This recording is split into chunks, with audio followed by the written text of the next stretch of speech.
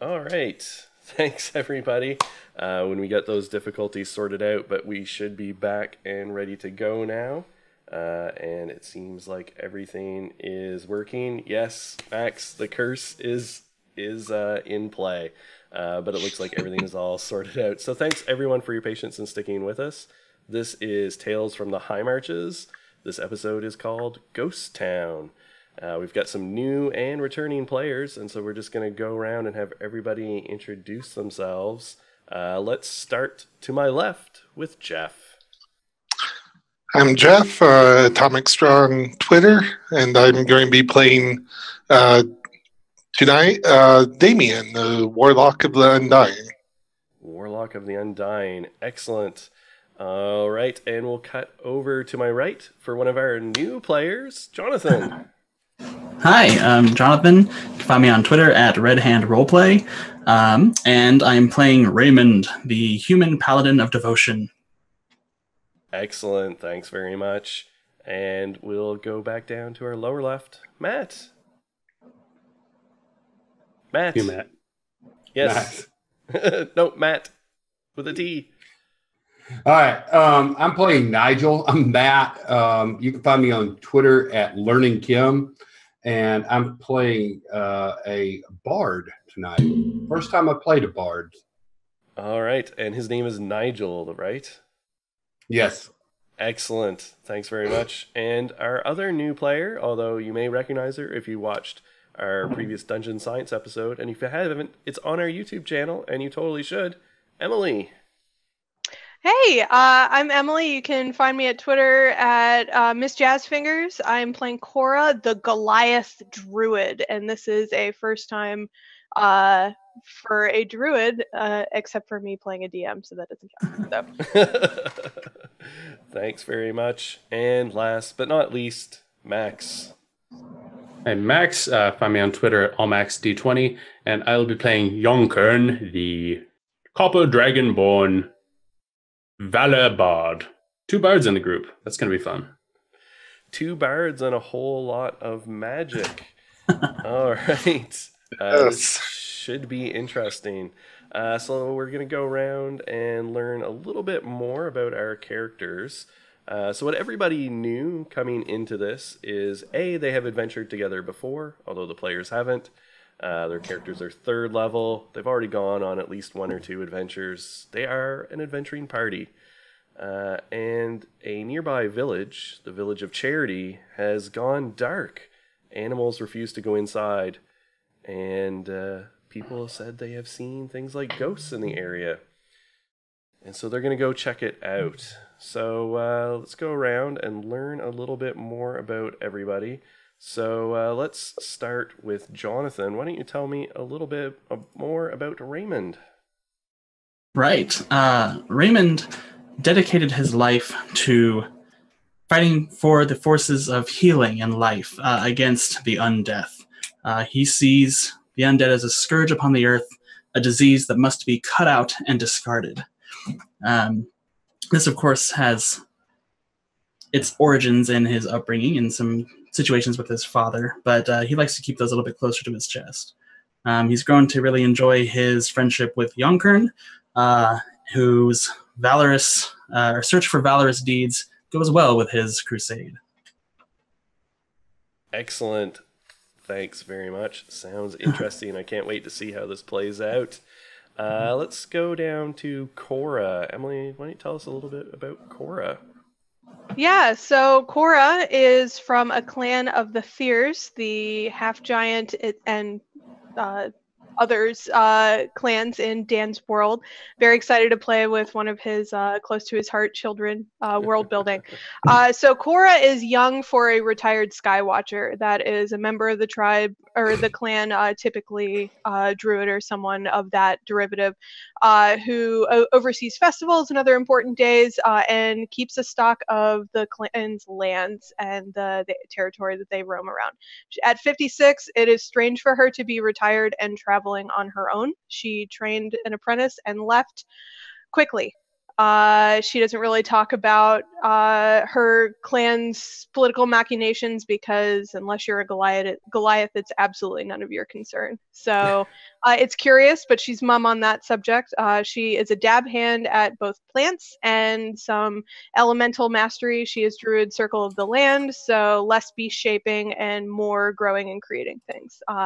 She seems to be on some sort of personal quest for knowledge when pressed for it. Her typically short response is, I've learned all my clan can teach me. I need to go out and learn the rest on my own. So she is driven to she has this natural sense of being a caretaker of the land, even if she's traveling, and seeks to strike out any sort of aberrations to nature, including undead.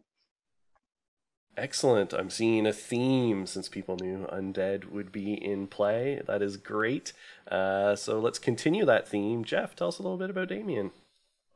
So Damien is a human that, as a brash young adventurer, he headed out to Blasted Lands with some friends, looking for get rich quick type thing. They ran into some demons and devils and who knows what else. Were all pretty quickly killed, except when it came Damien's time, something intervened and saved him. Offered him the choice to work for him or die. So Damien obviously took the work for him. He doesn't know who this entity is, but he seems to be directing Damien towards preventing early death in certain places. And Damien hasn't figured out the reason for it, but he's going along with it.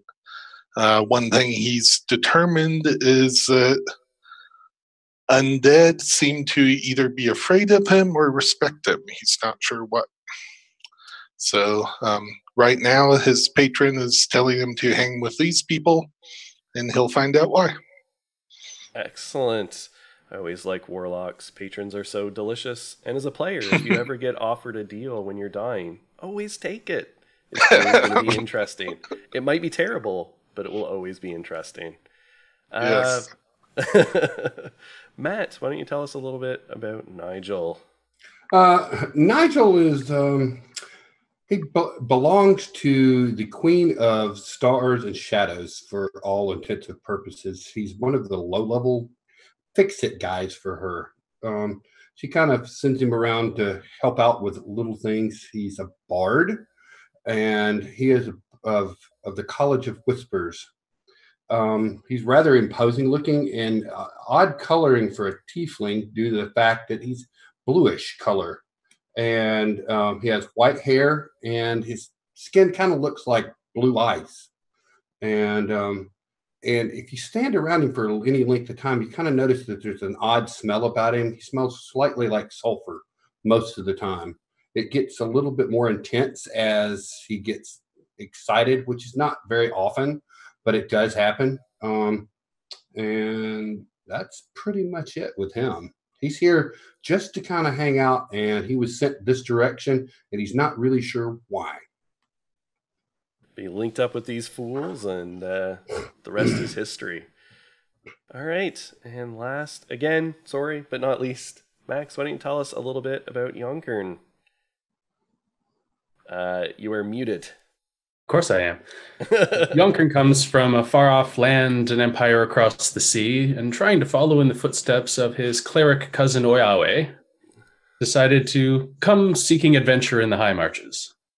On his way, he met a paladin with a bad leg and decided that this man needed his tale told, for despite his issues, he still fights on. But Yonkern himself does not wish to be in any of his own stories. He tries to stay back, stay out of the way, let everyone else get in there, and, well, he can help the best he can without interfering too much in the narrative that he plans on writing. He believes it could always be worse. Tomorrow is another day. And if it wasn't meant to be, then it won't happen. And he likes to speak in a lot of platitudes. He's... Ooh. Yeah. He might be a bit much. Excellent. Thanks, Young Kern. Okay, so one of the things that we like to do on our channel and our shows is highlight alternative rules, variant rules from the DMG, but also quite often we steal things from other systems that are interesting and that we think enhance 5th edition a little bit. And so today I thought I would spring on my players bonds, but not 5th edition bonds a la 13th, or sorry, not 13th age, that's our icons, via Dungeon World. They are, I think, excellent. The bonds are kind of specific to the classes, so I poured through the different Dungeon World classes and picked out things based on class or character type that I felt would be appropriate. And so these bonds come in sort of like a fill in the blank phrase about how you relate to other members of the party. And so I'm going to go through 2 of those per character. And so they didn't know these were coming, so they're just going to be thinking them off the spot. But I then kind of want you to keep these in mind as you play through the session. So this time we will start with Jan Kern and his first bond. Blank is often the butt of my jokes. Okay. So do I tell you the name or do I just show it? You can tell me who the butt of your jokes is however you choose to. I'm going to choose Damien. I've already called him creepy a few times. Seems appropriate. All right, so Damien is often the butt of your jokes. I'll do 1 per character and then kind of loop back around. So let's go to Nigel. Nigel, someone trusted you with a secret. Who trusted you with a secret?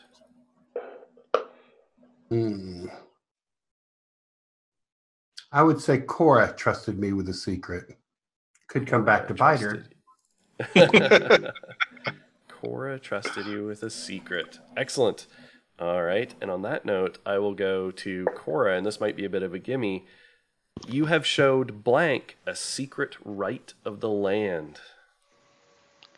Oh, well, yeah, I have to indulge the gimme just so that we can have some cross relationship there. So, yeah, for better or worse, I have showed Nigel, must have impressed me with his charismatic prowess. I have shown him a secret right of the land. Excellent. And Damien, you will teach blank the true meaning of sacrifice.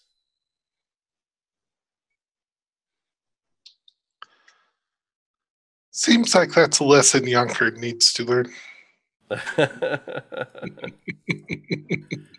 Excellent. Make me feel bad for mocking you the whole game. I get it. Raymond, blank has stood by me in battle and can be trusted completely. Well, I think the obvious one there is Yonkern, the valorous bard singing my tales. Yeah, and you guys, I think, kind of determined amongst yourselves that you two sort of hooked up together before you met everybody else. So that makes sense. Let's go back to Yonkern. Blank is in constant danger, and I will keep them safe. Well, that one's easy. Raymond. Excellent. That's totally fair. Nigel, blank does not trust me, and for good reason. Damien does not trust me, and for good reason. Fair enough. Okay. Damien, blank will play an important role in the events to come, for I have foreseen it. I would say Cora. All right. And Cora, blank is puny and foolish, but amusing to me. Oh man. I'm gonna have to go with the human, given the background with the Fears and the human civilization. Damien, I look forward to role playing this with you. This will be fun. Excellent.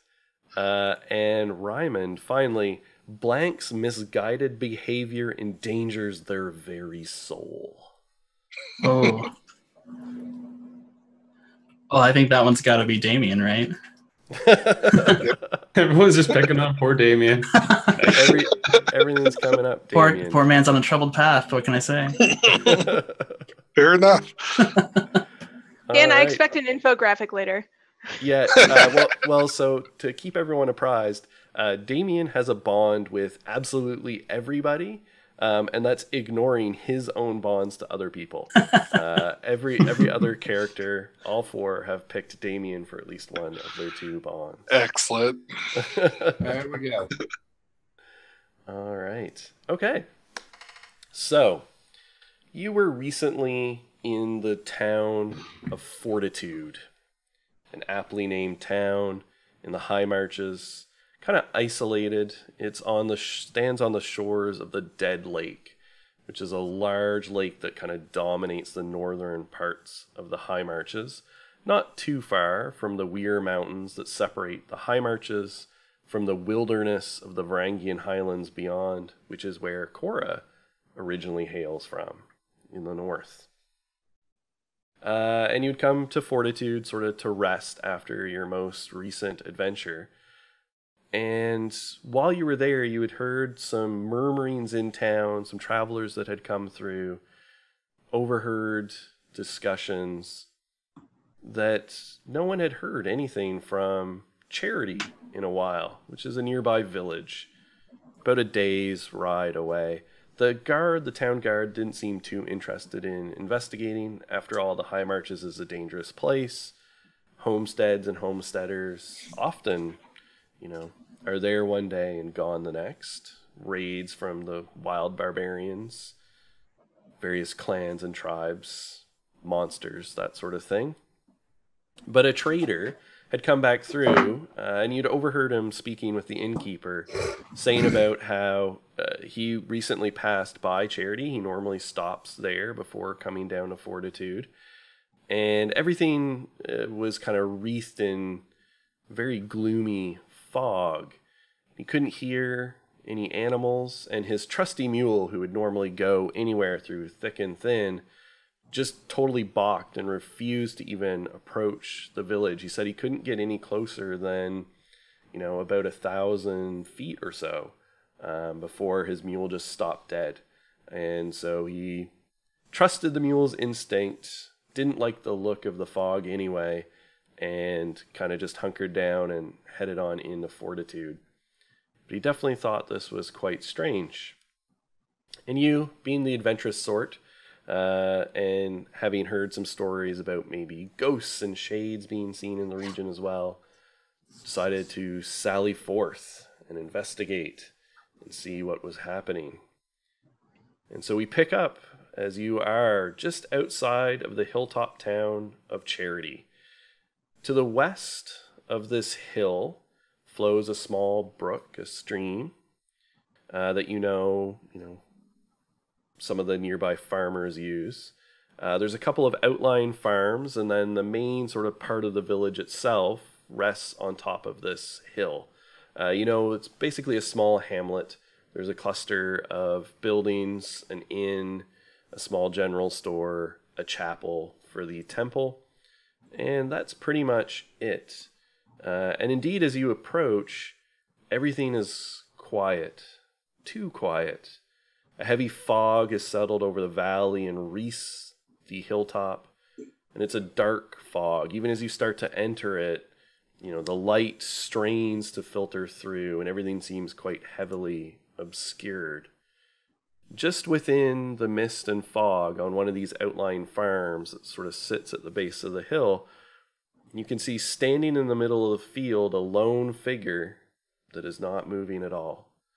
It's about 500 feet away from you, sort of just inside this area where you can see the fog really gets thick. And everybody give me a perception check. First roll. Yeah. 12. Okay. 22. 22. 15. Okay. 17. 17. And Yonkern. 5. Okay. I All right. So Nigel, Cora, and Rymond. Everyone kind of sees, the fog and where it's getting thick, sort of how distant it is from you. You guys notice something really strange. The fog is, you expect fog to be tattered and diffuse. This actually, it gets a little diffuse around the edge, but you can see a distinct curve. This bank of fog that sort of emanates from around the hill has a very defined, circular, rounded border. Does this look like maybe some of the lower level druid spells I'm familiar with, like fog cloud? Might I have seen this in my travels before? Go ahead and roll me an Arcana check. Yeah, absolutely. Ooh, well, that'll be a 9. So it seems, somewhat familiar, having some experience with spells that produce fog and that sort of thing. Although what you do know is when you cast those spells, they do tend to eventually diffuse out, sort of like a more natural fog, drift away around corners and things like that, after a while. But when you first cast those spells and they have a very defined circular shape, it is kind of similar to that. But the fog looks different. You're not quite sure how, just it seems a little strange.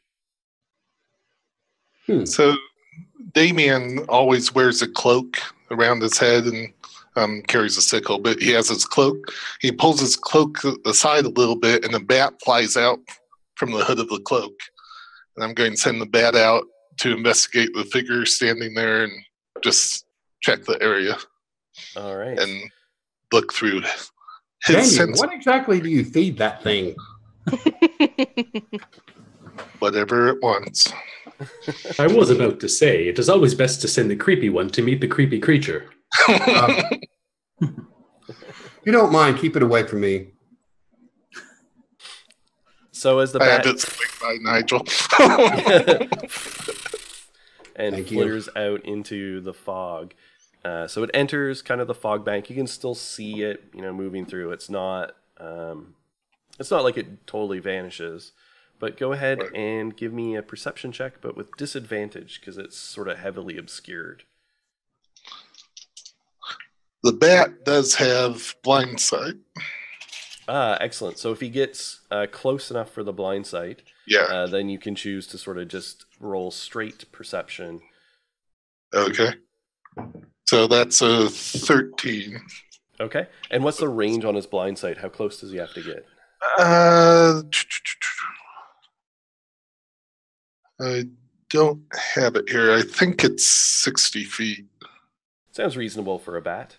All right, so he doesn't actually have to get that close. So he kind of flutters around. And what was the perception total again? 13. 13. Okay. So the figure is not totally still. It is moving slightly, kind of rocking back and forth. Mm-hmm. And as the bat sort of circles around, it can tell it is, it's definitely a humanoid figure. Would fit in as totally human, but it's quite still. It's kind of just subtly rocking back and forth, and it's let's see, with the blind sight, doesn't get a whole lot of sort of fine detail, but some of the echolocation that's echoing back is off. It doesn't have quite the amount of mass that it should.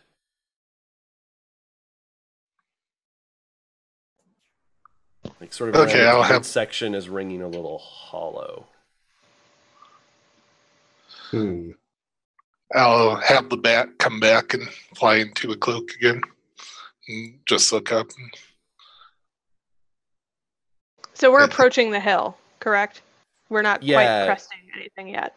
Exactly. Yeah. So the fog sort of totally encloses the hill.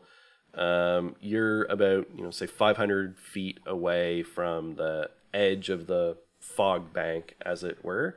And then, you would have probably another couple of 100 feet, inside the fog before you really started going up the hill.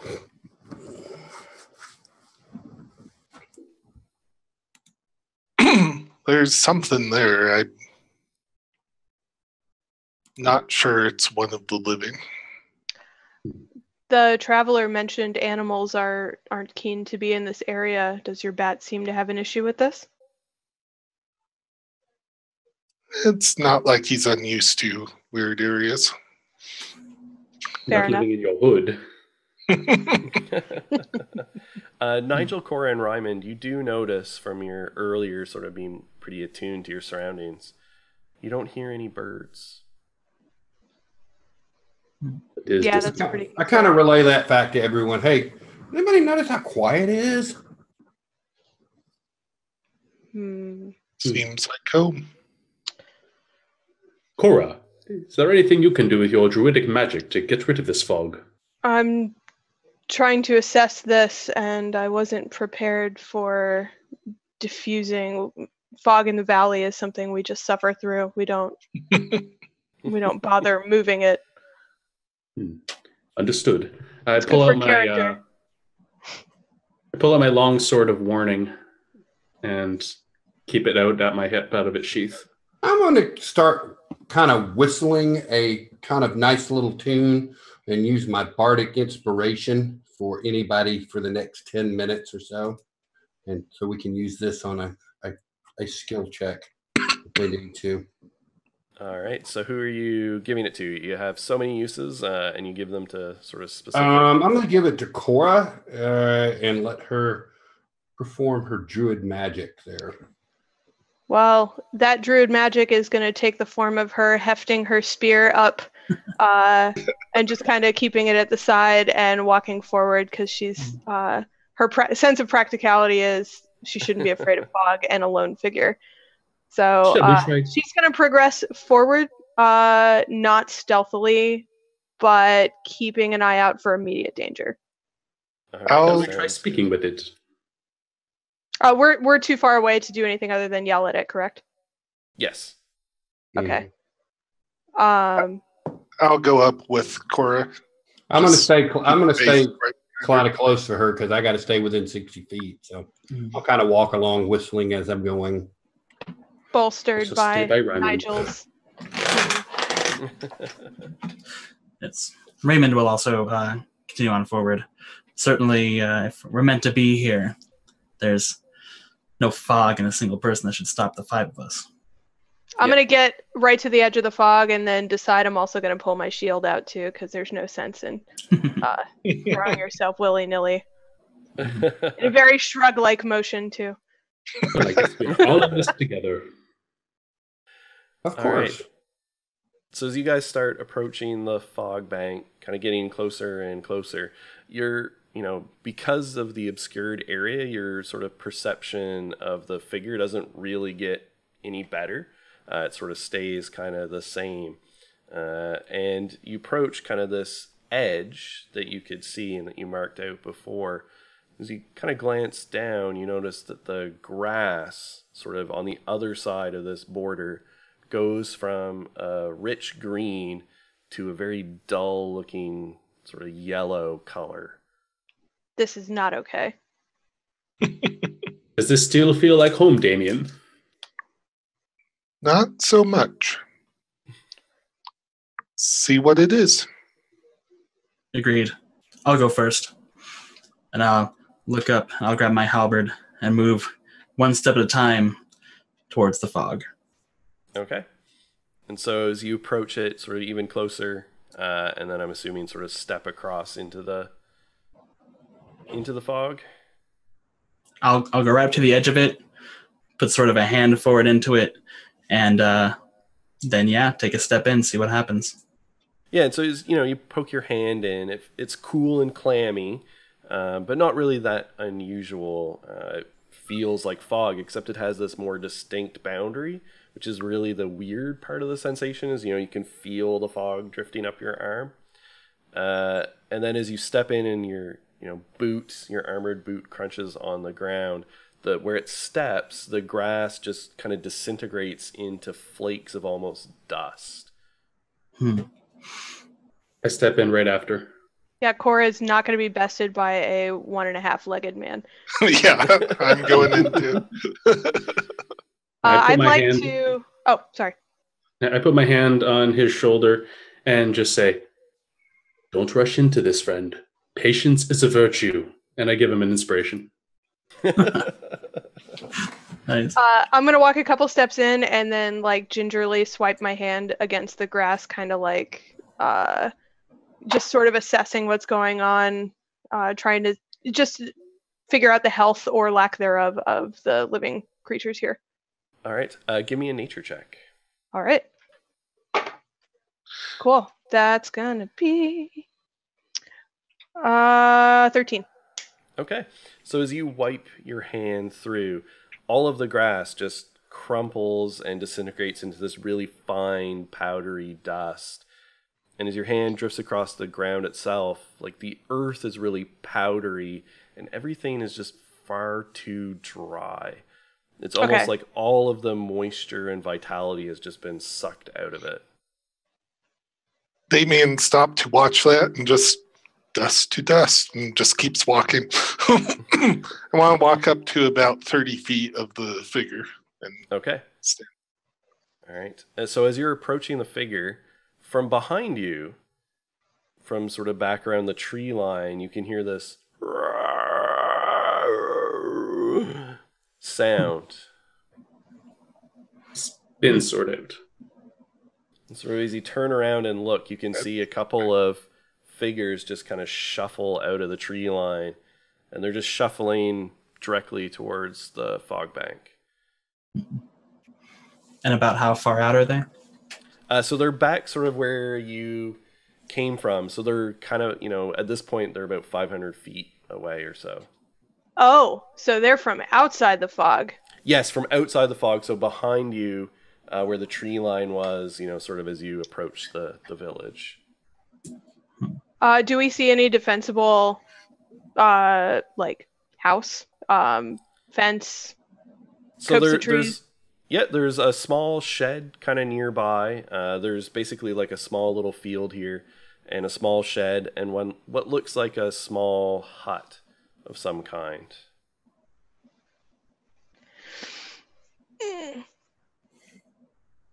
Stay strong, Cora. We've been through worse.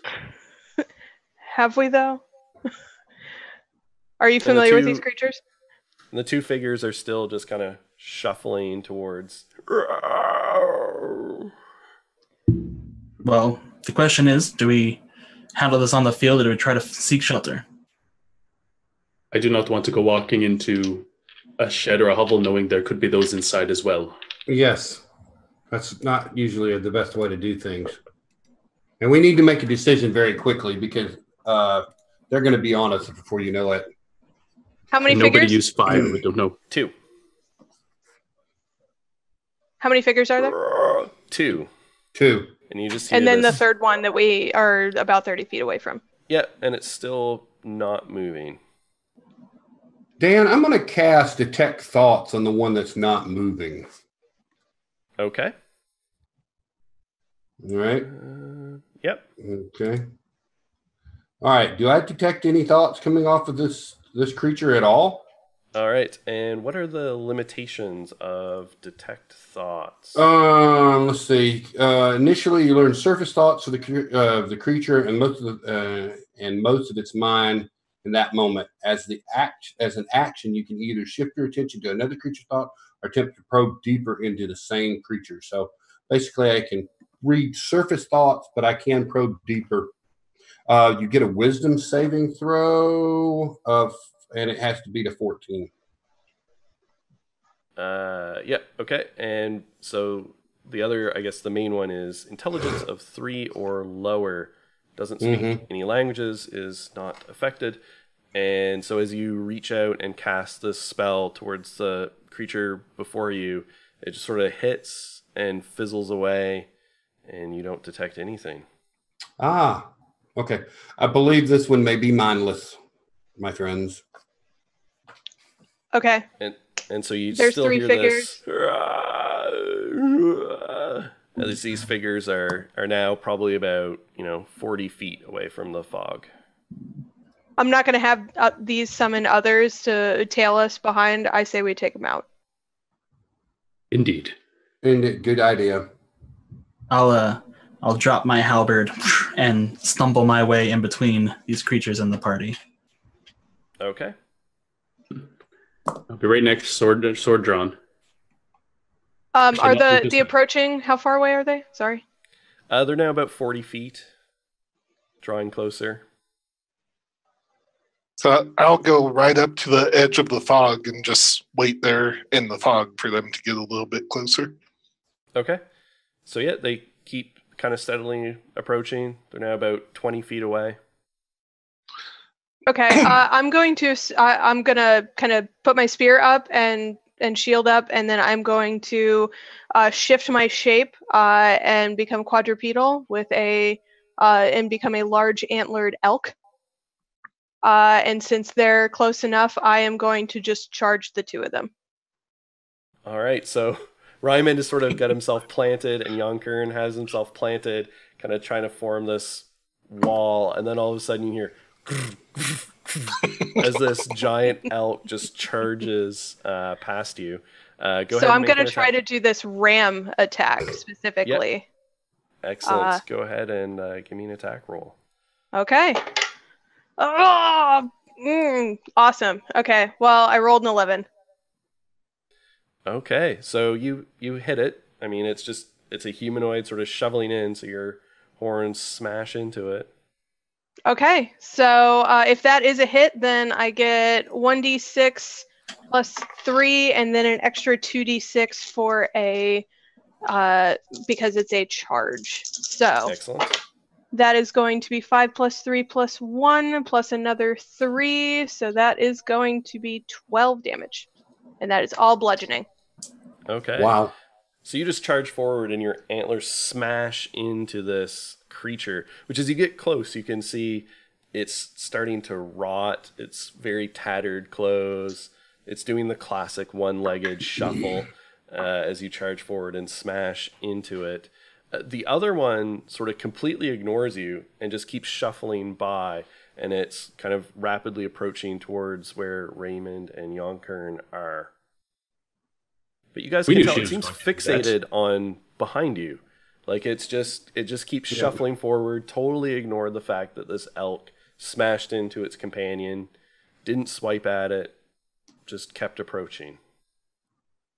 Is the companion alive? Because if he does, he has to make a strength save or be knocked prone. Oh, yes, he does. DC 13. And what is your DC 13?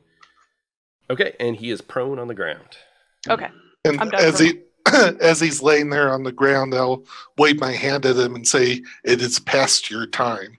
And this swarm of bugs and insects just circle him, infestation around them. Oh, okay. So it's well,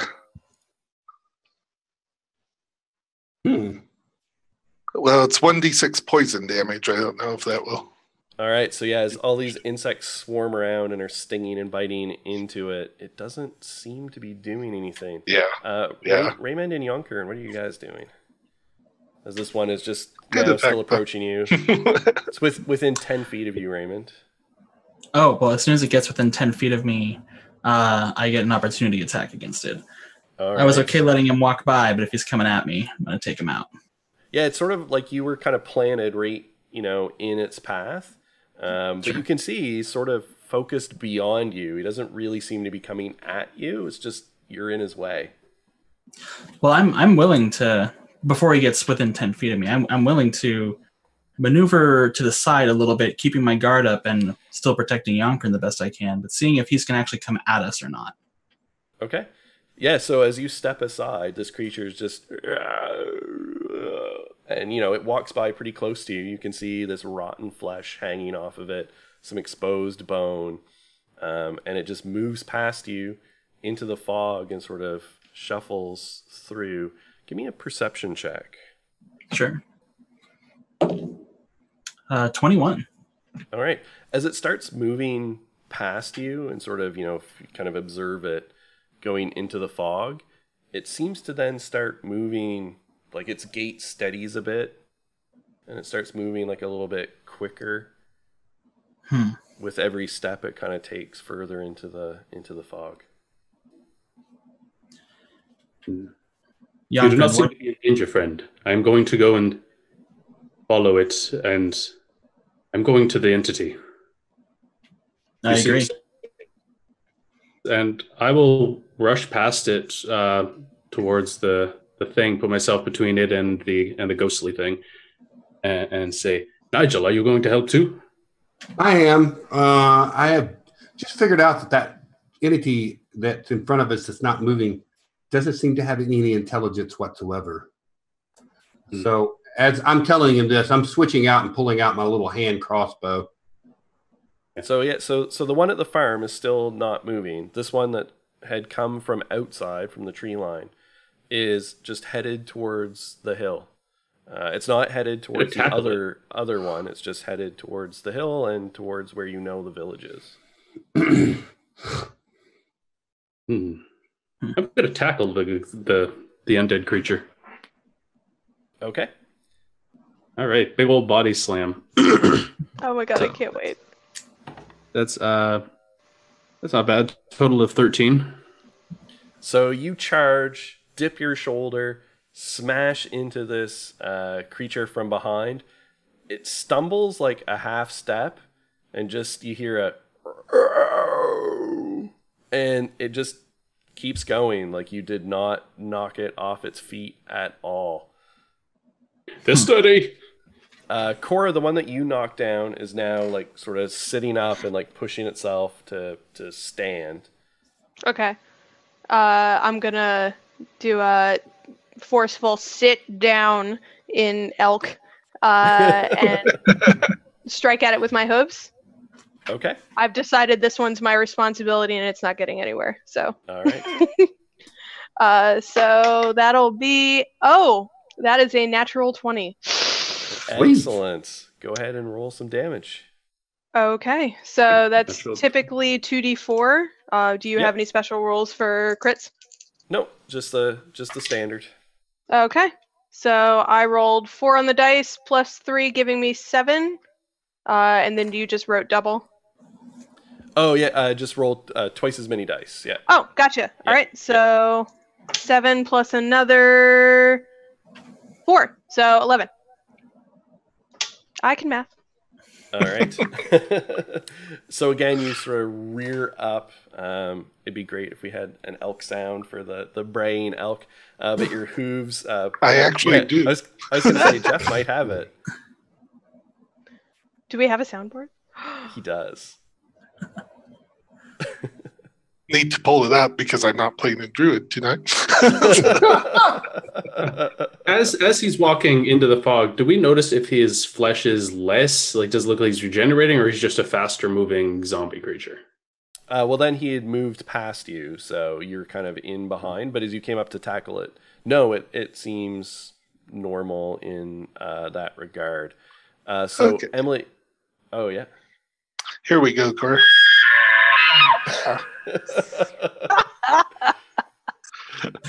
Yeah, so the elk rears up, lashes her hooves into this what now appears to be a zombie, and then kicks it in the face. You see part of its face shear off and skull. That sort of stumbles back around, and then just kind of hangs there, and like takes a shuffling step forward. Seeing that, I will take a shot at it with my light crossbow. Okay. Which is, well, that's exciting. 6. So it's just kind of Jeff, you've been stealing my dice again. past it. Yep. As it continues shuffling forward. The one that was kind of standing still, you now hear just a low. And it's moving a little bit, but as you look at it, it seems like it's stuck.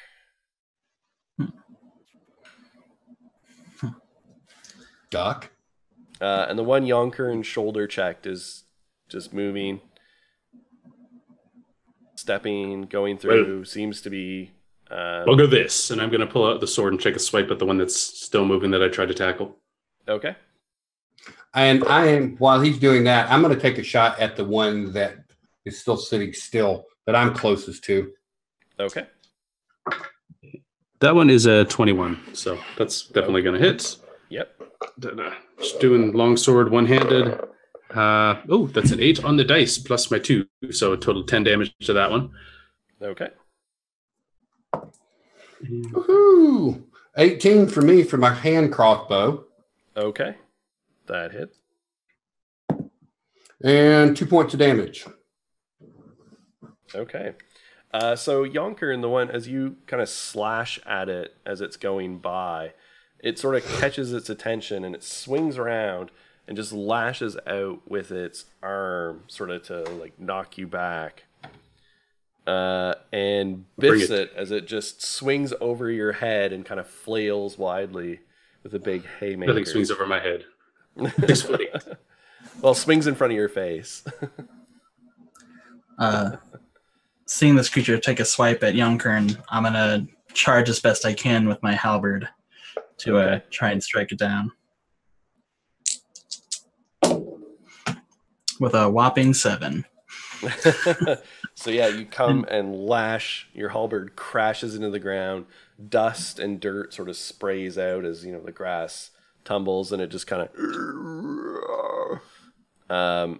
and then it turns and starts running. So it turns away from you and starts running up the hill. Cora, toward the figure. The figure, the figure wasn't sort of on the hill. It was at the base of the hill on this little farmland area. So it's moving past it. It's moving up towards the village. So this one that you kicked in the face is now like stumbling towards you, and it sort of bats out because you're kind of in its way as it sort of swings. And that's a natural 20 on its part. Tit for tat. So 5, 6, 7, 8. That is 8 points of bludgeoning damage as its like fist just cracks in. All right. Bloodied, but still here. Yeah, and then it goes to kind of just push past you. It's almost like it was just trying to knock you out of its way and to shuffle in towards the fog. Okay. I wanted to chase after the other one, but I got to deal with the immediate threat first. It's probably too tedious to run around for another charge. It's still pretty slow though, right? Yeah, this one hasn't entered the fog yet. You kind of had moved out to intercept it. So I'm going to see that and loop around, and if I have enough movement to do it this turn. Oh yeah, for sure, you definitely would. I'm going to go ahead and do that. Kind of lope out and then line up for another charge and take a charge at it. So. All right. Taking whatever strike it may take at me. I'll eventually get used to that. It's pretty no, it's a 1. No. So the elk's galloping in and goes to hit with its antlers and sort of just stumbles. The antlers dip down and rip these furrows through the ground. You can just see grass and dirt sliding up as you slide to a stop. And this zombie just continues shuffling and then kind of shuffles into the fog. The one that was standing still starts moving like around violently, almost like it's trying to get itself unstuck. And the one that's running is now sort of just, running further up the hill. How far away from Yonkern and I would this one that's running be? It's probably only made it, say, 20, 30 feet or so. Enough to catch it, in other words. Yeah. I feel like I just went, but I recommend somebody tries to do that. Yeah, I was going to try to take a shot at him, see if I do any better. That's a 15. Okay, so that one smacks into its back. And let's see, that is...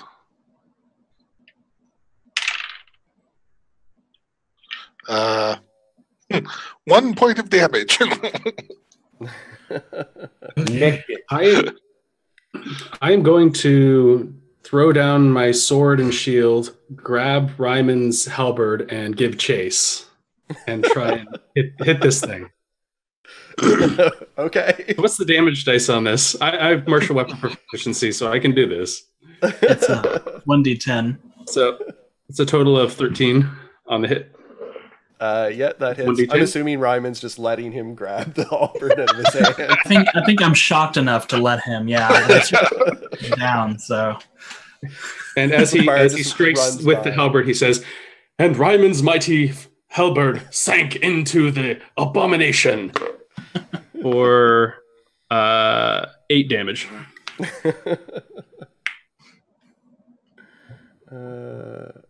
I got your back, buddy. So the halberd sort of lashes down across its back. You can see the flesh sort of rottingly part and just as it peels, apart. You can see sort of worms wriggling in its flesh. And it spins around quite quickly, takes a step, and goes to punch you in the face. And that is a total of 15. 17. Including with the shield dropped. Oh gosh, 15 is the exact then. Sorry. Yeah. Bring it. I'm good. Excellent. And so this rotten fist pops you in the nose for 6 points of damage, bludgeoning damage. That has got to smell horrid. Oh yeah, It's in my nose. It's in my nose. Ah!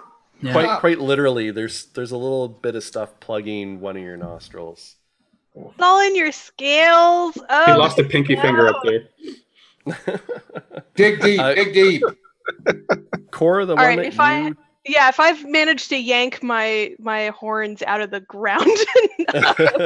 yeah, so it came up to you and sort of lashed out with a fist. That's a 13 to hit. As an elk, that's enough. Okay. And that does 7 points of damage. And I drop out of elk form, just showered with what remains of the earth on me, and 2 points of that carry over. I'll figure out how to do HP on this later.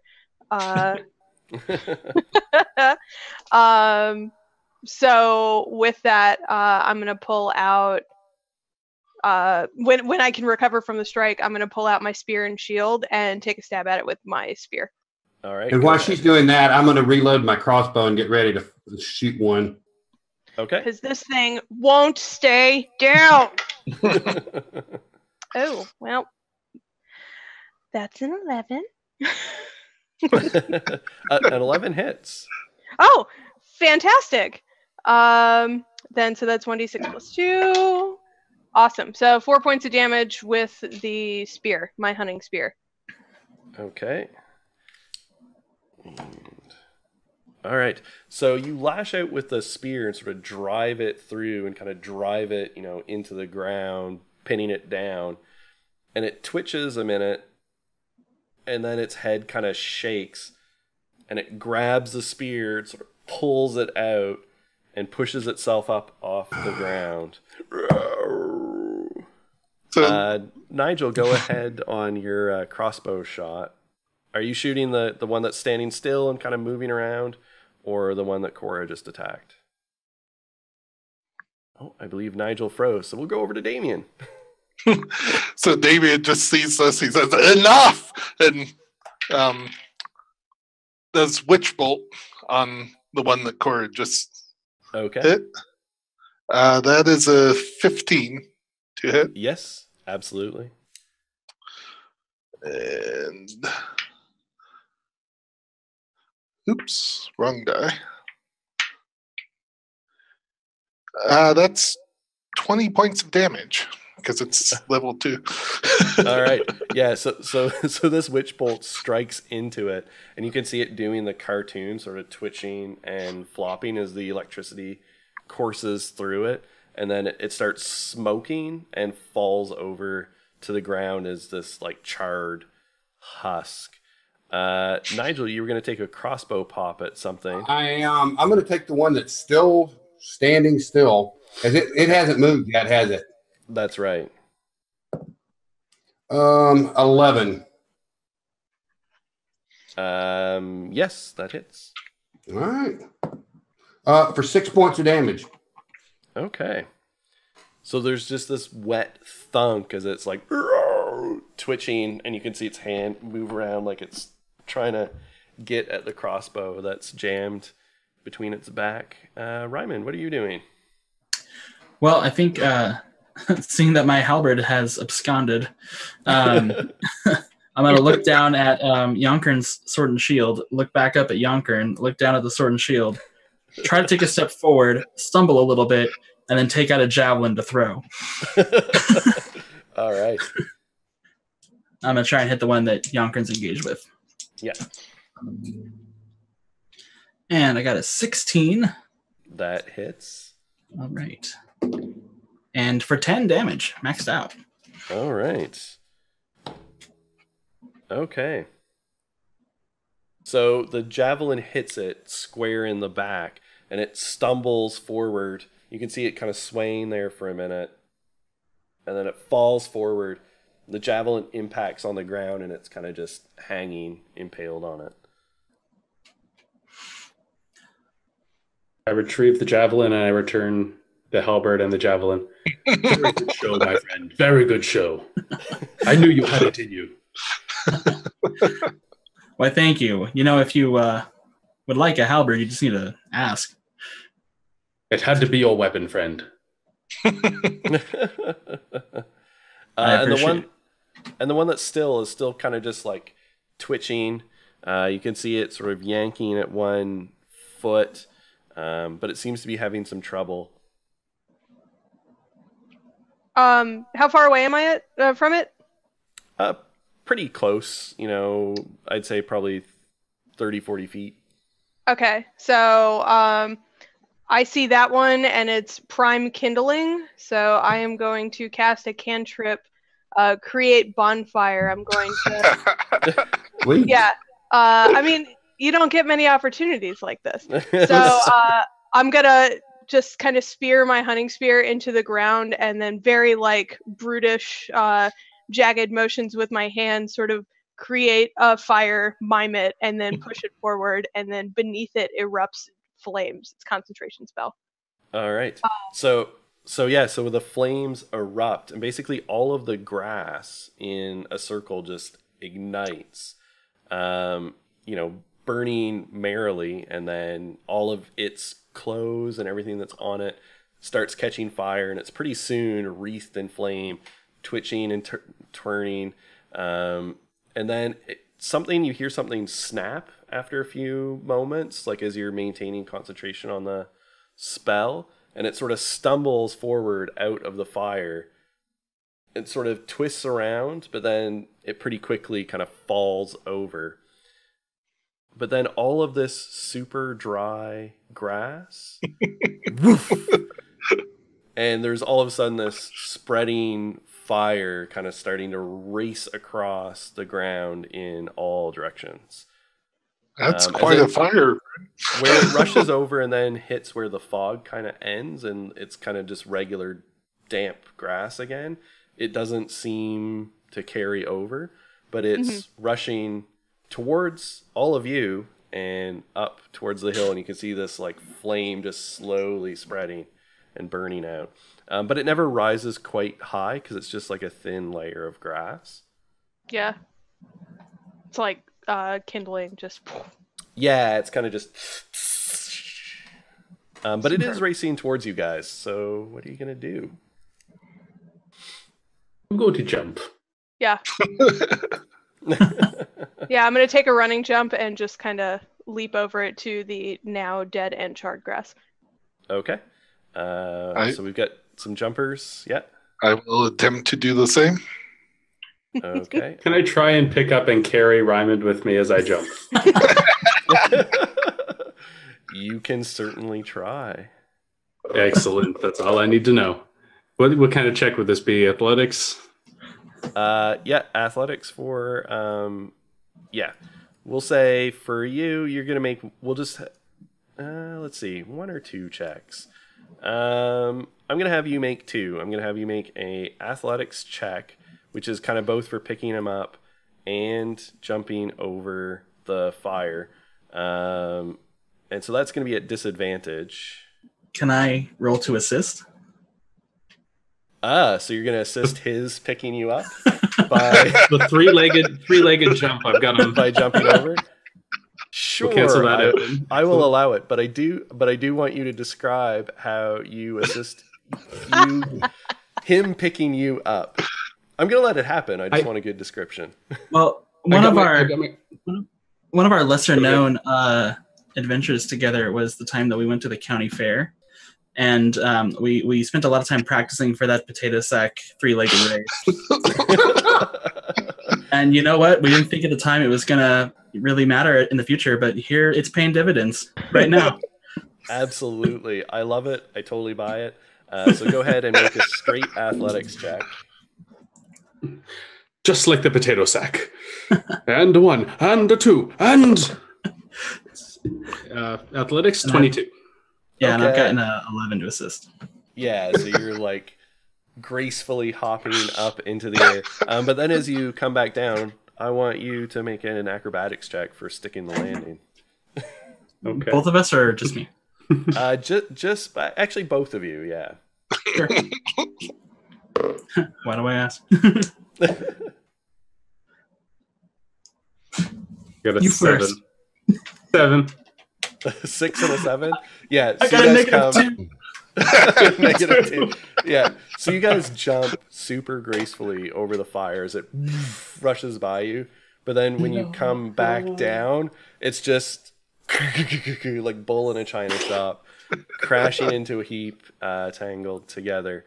Everyone else who's just jumping straight, it's not that difficult. Just go ahead and give me a acrobatics or athletics check, your choice. That was very nearly impressive.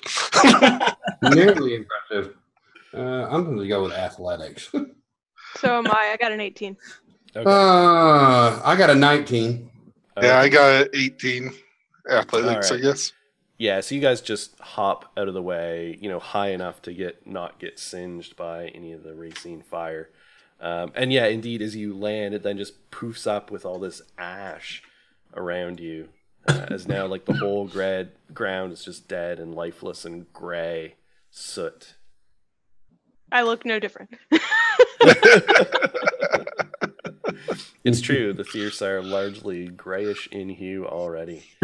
And so you can see the fire just kind of making its way, sweeping up the hill. It sort of gets whipped a little bit as it goes up in elevation and the air currents, and it kind of races up, and then it eventually sort of peters out. Did I notice any change to the fog over the fire? Did the fire have any sort of effect on it? It had sort of what you would expect. You could see with the rising air currents that the fog was swirling and things like that, like you would expect. It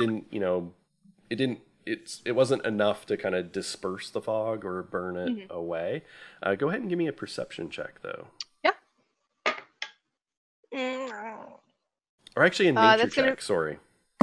Oh, okay. Well, that's the roll. So that's going to be a 6. All right. It was moving kind of like how you would expect, but there's something off about it. But again, you kind of just can't quite put your finger on what it is. Help Ryman up to his feet, strike a dramatic pose, and say, "We have survived, my friend." And my cape of billowing starts billowing. As they look over, they see Nigel. Well done. Well done. I'm going to lean into Nigel and say, do you think they're going to do one of those double understanding songs about the potato sack? I have no idea. But that was very impressive. And I kind of roll my eyes as I did that. You laughed at us, but it came in handy for the most part. Nearly. I'm purposefully ignorant of the eye roll until I go, well, thank you very much. I'm sure there'll be many more close shaves in the future. And to be fair, that is exactly how we crossed the finish line, falling head over heels. So yes, the practice actually did come exactly as we had done. Yes. And it was only 3rd place, which I thought was pretty good considering. There were 3 people in the race? Well, 6 technically, but yeah, you're on the right track. Damien, are you familiar with this kind of death? Good question. And I'm going to poke it because that's what one does. Yeah, I'm going to go up and see if I notice anything unusual about it besides zombie. Okay. Go ahead and Your bar's pretty high. go ahead and give me a Arcana or religion check. Well, Arcana is a 8. Undead, you should know more about these things. Feel kind of in tune. But also at this point, it's a corpse on the ground, burnt to a charred husk. Yeah, he's crispy. But also give me an investigation check for, poking around it. That will be better. That's a 18. Okay. So there's wood underneath its shirt, and you can see it was basically attached to a pole, almost like a scarecrow.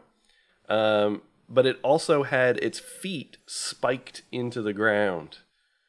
It had eventually sort of pulled those out. You can see where it pulled through the foot. But then the pole that it was on had snapped when the fire had ignited it. So I'll point that out to Cora and anyone who's around. It had to be exceptionally dry for that to happen that quick. That is unusual. Something is sucking the life out of this land, and for once it's not Damien. Hey, I don't suck all life out. Junker turns to him and clears a nostril, and a tear is flying out of it. Yeah, a little chunk of flesh blows out. Attractive. Cora, you were going to say something? Yeah, now that the grass is all gone, might I be able to find 1 or 3 small pebbles? Oh, absolutely. I mean, it wouldn't take you much effort rooting around and you would find some pebbles.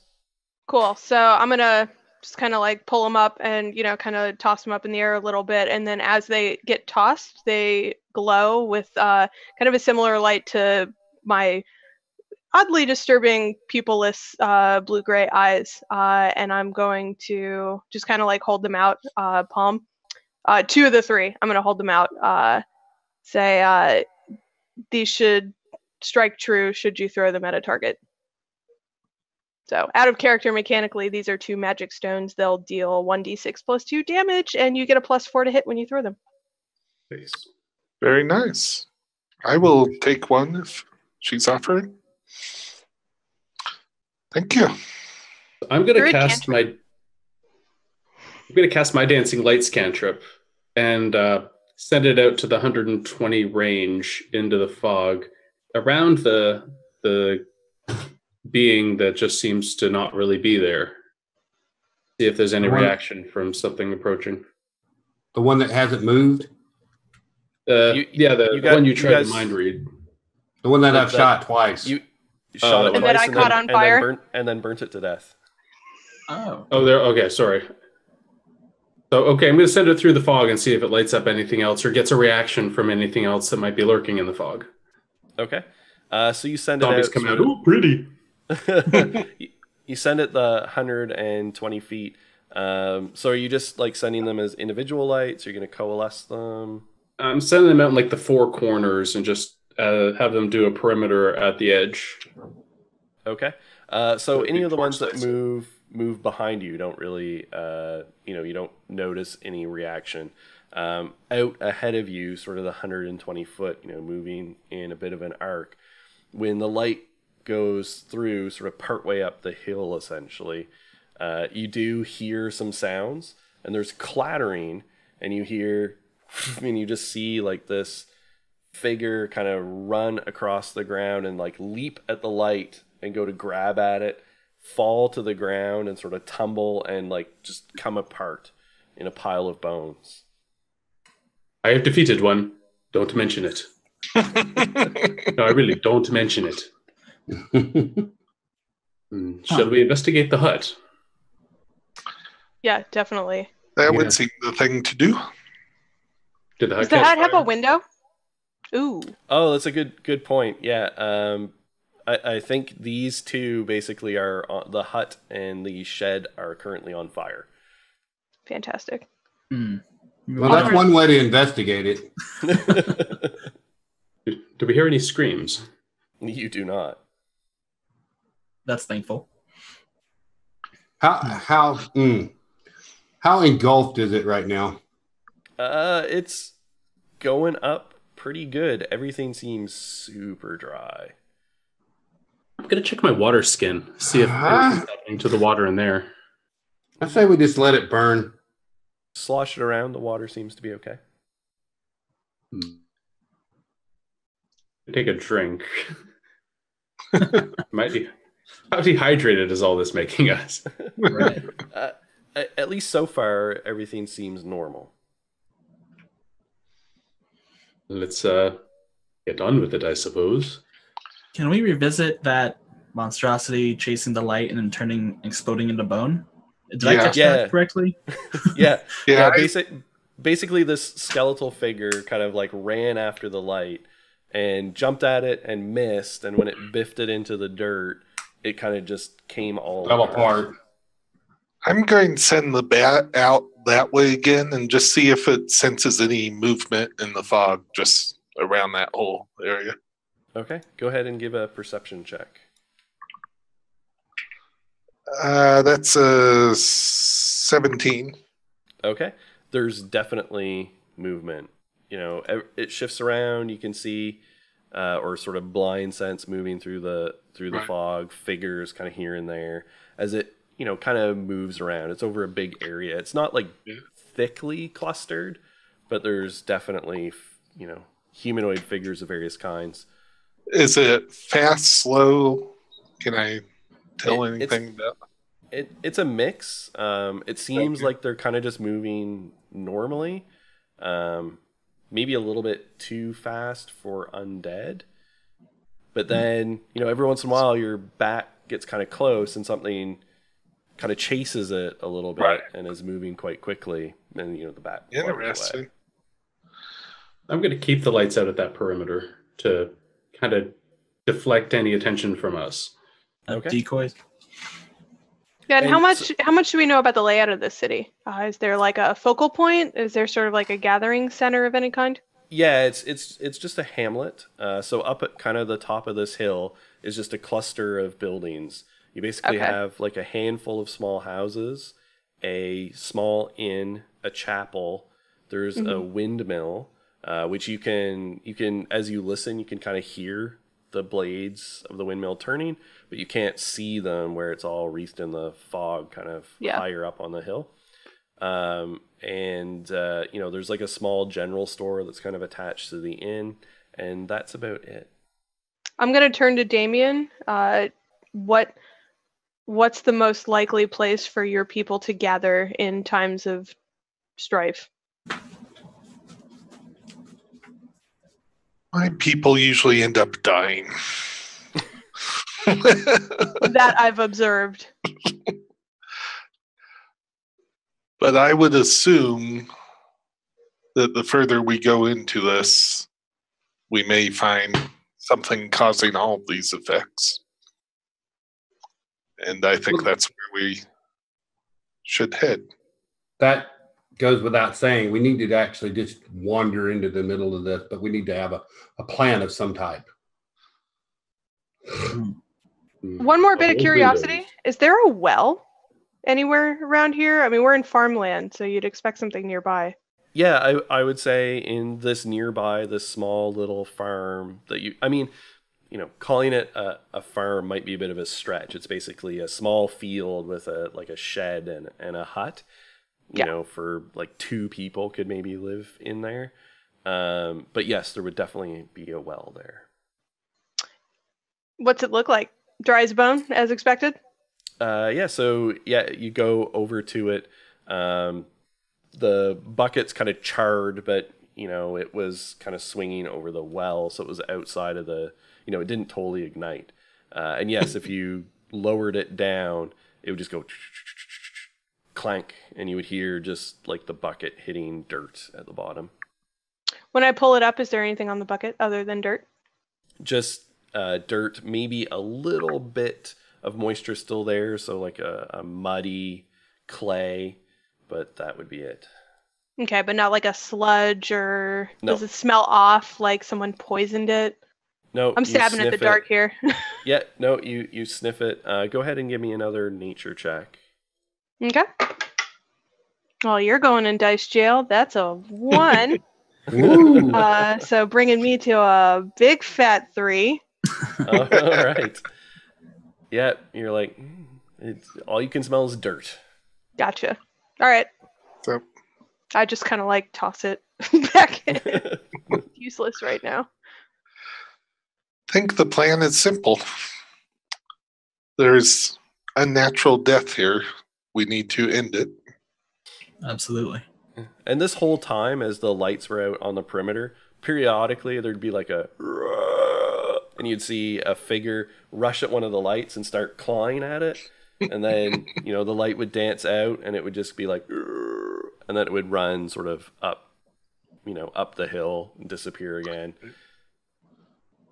So they realize they're cognizant enough to recognize they're not doing anything and then run away. Is that what I'm hearing? Seems like it, yeah. Well, that's a little more than your typical zombie, one would think.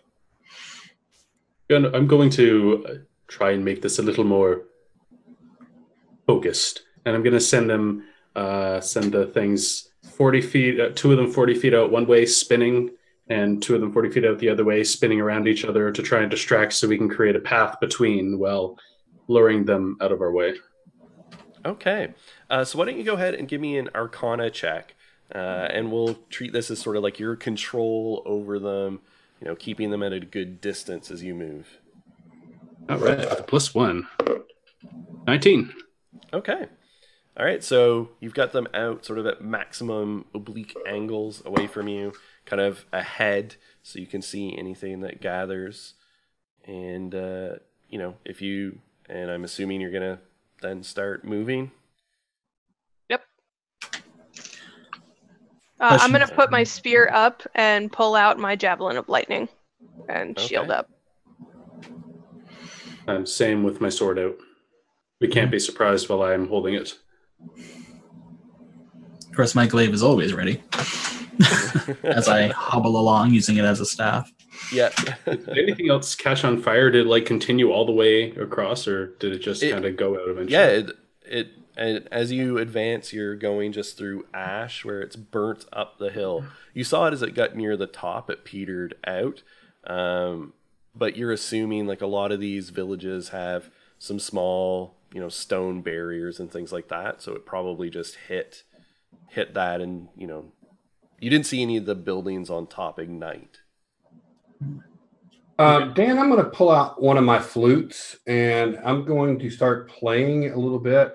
And when I start to begin to play, you'll notice in 15 feet in front of us, you'll notice that there's a kind of lightly lit humanoid figure walking out in front of us.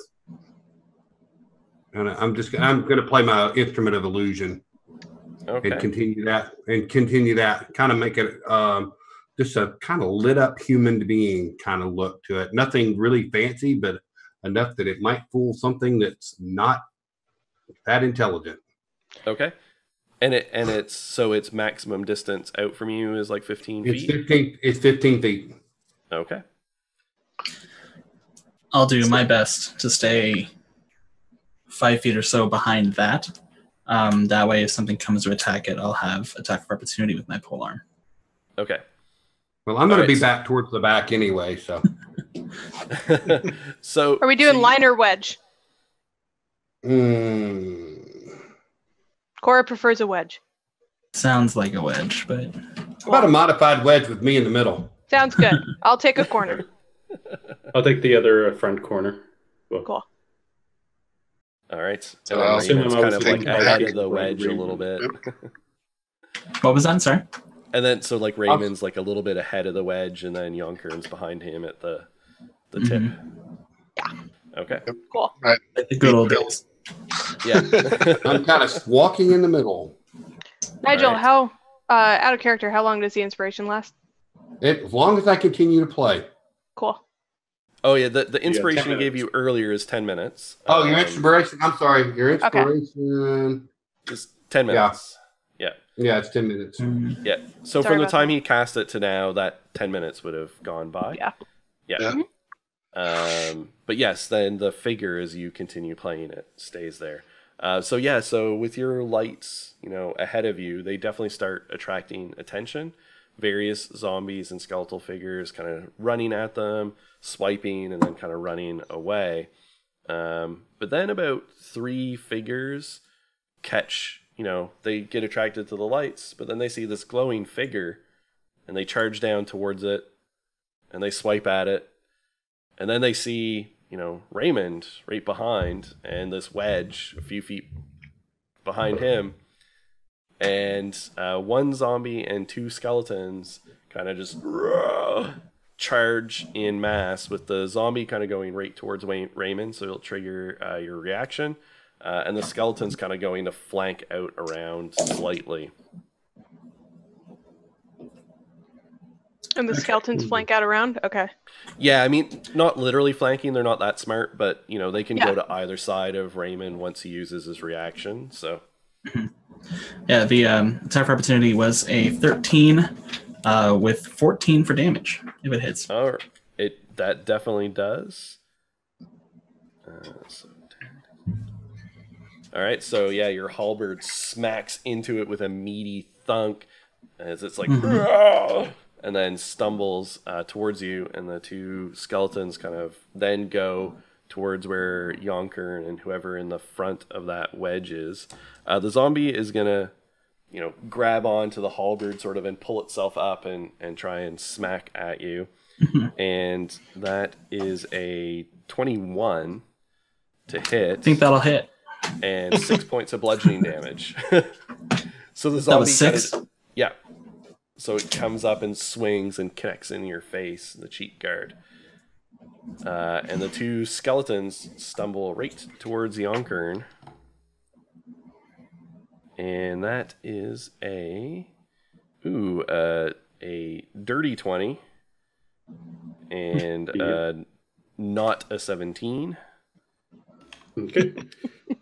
So 5 points of piercing damage as this like little blade in one of the skeleton's hand shanks into you underneath your shield. All right, so what are you guys doing? What was that total number? You cut up for just a second. Oh, sorry, 7. So I'm going to try throwing one of Cora's magic rocks at one of the skeleton heads. Okay.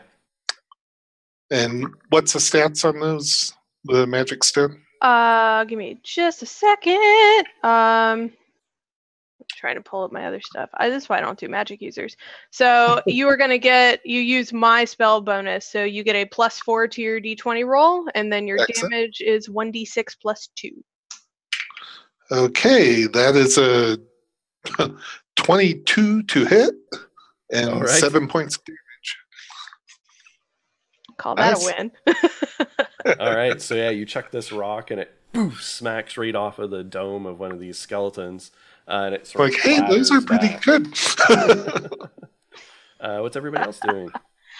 Would you say there's about 20 feet between, was it Yonkern and Ryman and then the rest of us, or were we a little closer packed? You were closer because it was limited. I have to 15 stay feet. close because of what I was trying to do. So. That's Yeah, right. so it's about All 10 right. feet.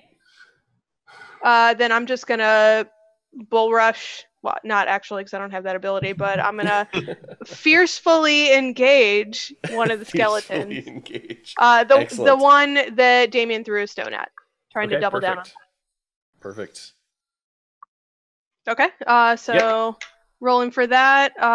Yeah, that's gonna be a 16 + 4, so 20. Oh yeah, definitely. And this is just using the javelin as a javelin, not as a bolt of lightning. Oh, 3 points of damage. All right. So it jabs in, bone shards go flying as it sort of clatters like a little bit towards you, takes a stab, and that's a 23 to hit. With For or without the shield, yeah. For 8 points of piercing damage. It kind of just pulls itself up on this javelin and jabs this kind of, you notice, it's basically like a rusted, jagged, broken off bit of blade. Functionally a short sword, but it's not actually. Okay. And Nigel, that hit Raymond. Yonkern. Sorry, who would that hit? Cora. Cora. Okay. I'm going to use my healing word as my bonus action on Raymond. Okay. And that's a... Oh, yeah, good. That's a 6 healing. Great. And I'm going to say, I have a bone to pick with you. And I'm going to slash into one of the zombies that came at me. The skeleton, I know I'm missing the bone joke on not using it on the skeleton. There was only the one. It's only a skeleton on you. Only skeleton on me. Okay. Yeah. I thought it was 2 zombies that hit me. No, 2 skeletons. There's a zombie on me, skeletons. if I recall. Yeah, zombie on Raymond. Crap. Okay, so that's going to be on the skeleton that actually managed to land the hit on me. And that is going to be a plus. Not used to hitting with a non-match +4, so it's a 16. And with my sword, one-handed, it's a total of 7 damage. All right. And so your blade catches in and sort of chops, right through the rib cage, sort of sends it spraying and bone shards across the ground. Okay. Raymond, what are you doing? Yeah, so Yonkern gave me that bardic inspiration. It was a bit later than the one Cora got. Do I still have that? Yes. It's your call. Yep. This would be like right at the end of it. Sure. Yeah. Well, then I'll go ahead Sounds and good. use it. Bolstered by his healing word, I'm going to come down with my halberd on this zombie and try to take him out. All right. How much was that bonus again? You can add 1d6 to your attack third level, so your yeah, damage. I think it's D6. 1d6. Okay.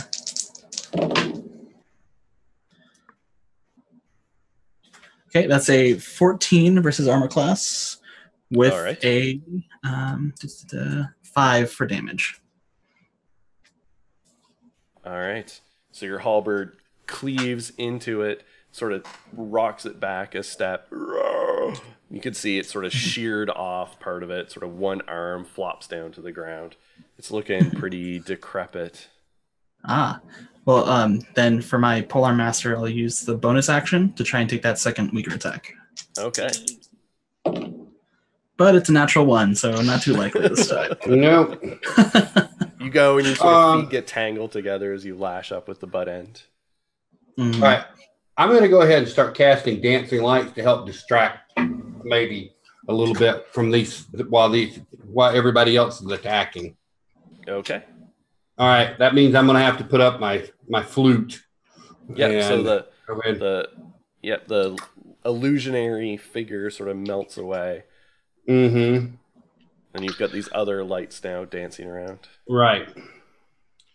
So I'll concentrate on kind of keeping it around the head of the one that Raymond is working on and kind of dancing it around, kind of make it a distraction a little bit. All right. So yeah, it then, it tries to lash out at Raymond, but you've got these lights dancing around in its face, and it just whiffs past him. It's kind of stumbling around, and then it's like tearing at its face, trying to bat away these lights. So I will try this. I will point at the one at Raymond, and big bell rings out. Toll the dead. All right. Ooh. Is it wisdom or constitution? Wisdom. Okay. And your spell save DC? 13. Okay. It fails with its negative Okay. 2 wisdom. And it's necrotic damage. Does it take it? 7. Okay. So the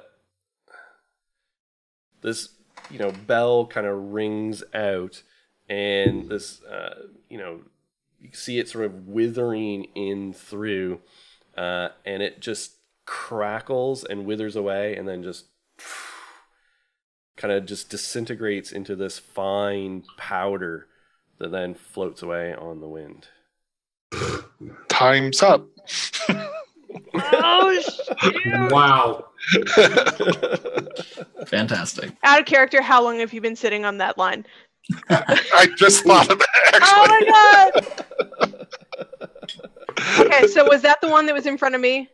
No, that was the zombie that was on on Raymond. Yeah. Okay. Yeah, the one on you takes another jab and another dirty 20 Awesome. Yeah, that'll hit. for 3 points of piercing damage. Okay. In response to that, just in a forceful, very dragon. Oh god, I forgot Skyrim words now. Fusroda. I'm going to take the 3 points of damage and then cast Thunder Wave at it, and I'm going to try to point it in such a way that I try not to put splash damage on my party members. Yeah, you guys were in sort of a wedge, so that's pretty easy to do. Okay, so that is. Let me get these stats up here real quick. So for Thunder Wave, that is a Constitution saving throw for my target. And it definitely fails. Okay, cool. So that's going to be 2d8. Don't get to roll these dice a whole lot. That is going to be 9 points of thunder damage. All right. So as this rips out into it with this shout, it concusses into the skeleton, which just blows apart into pieces, scattering outwards. I'll take it.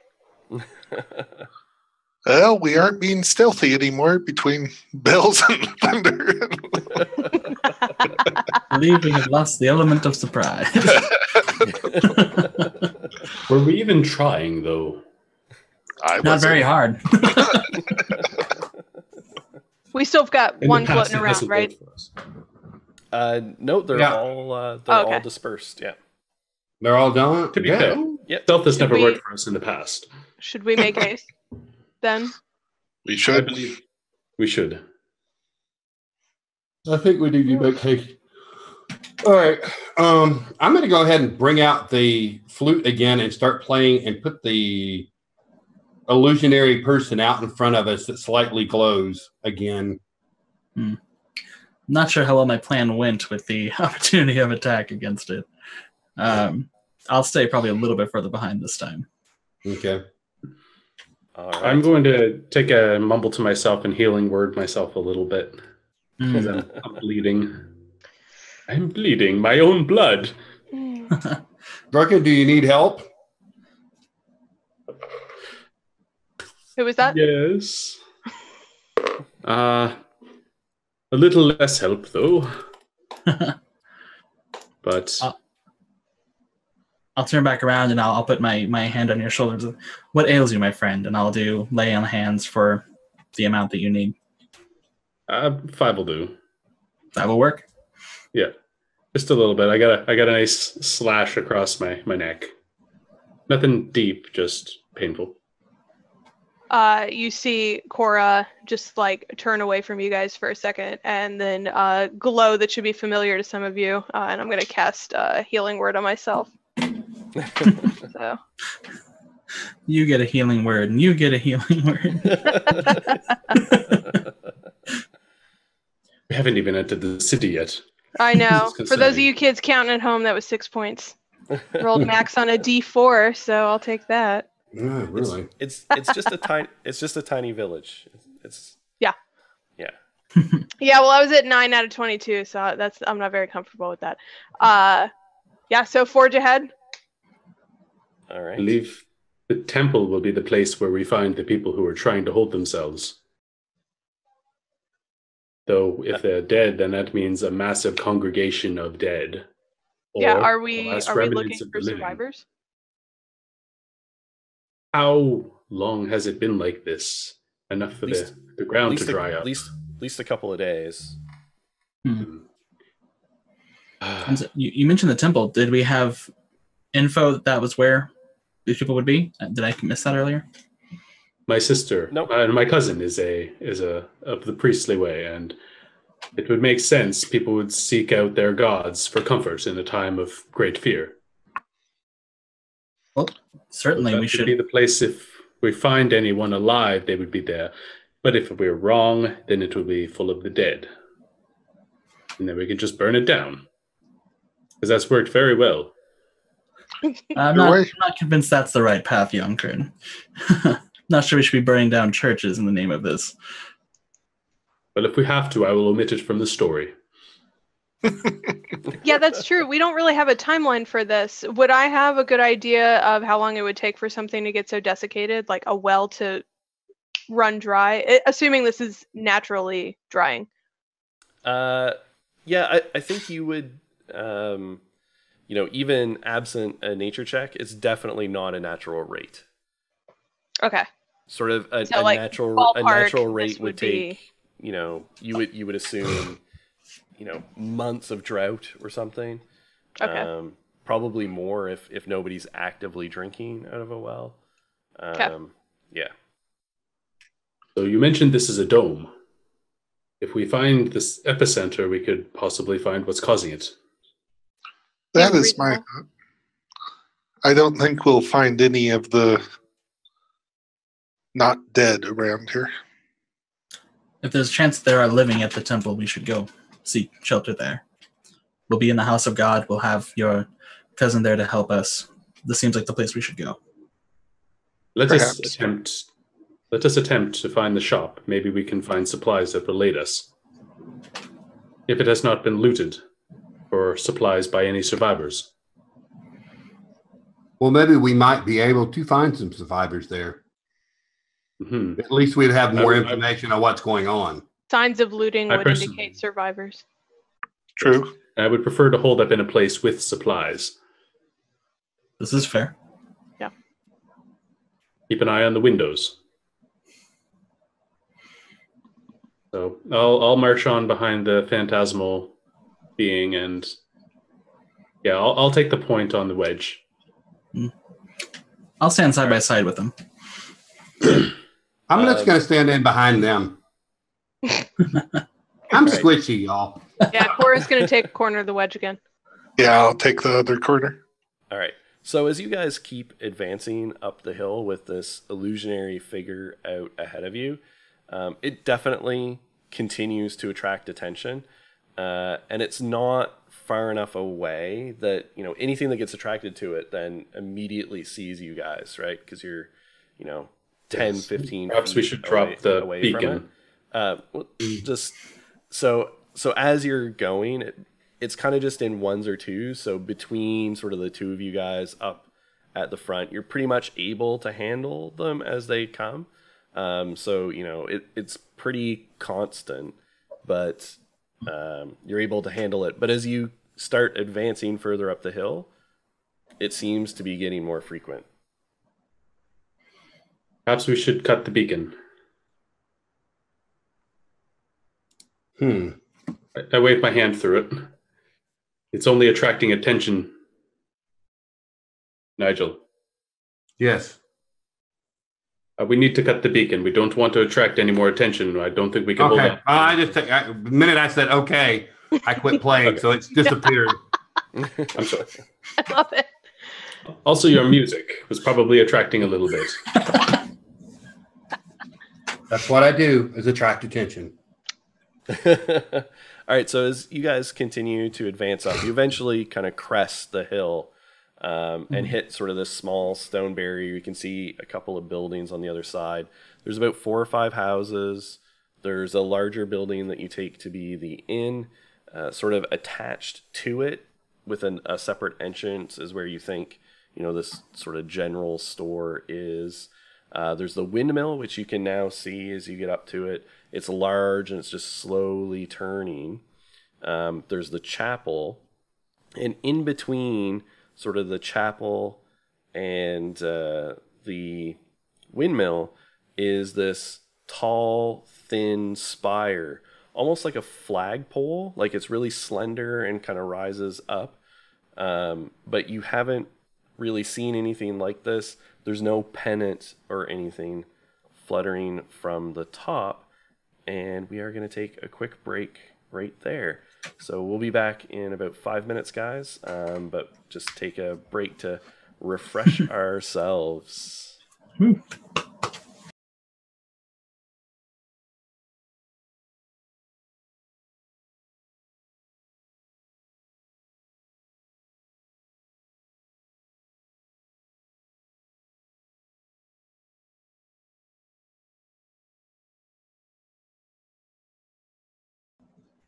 Okay, and we are back over.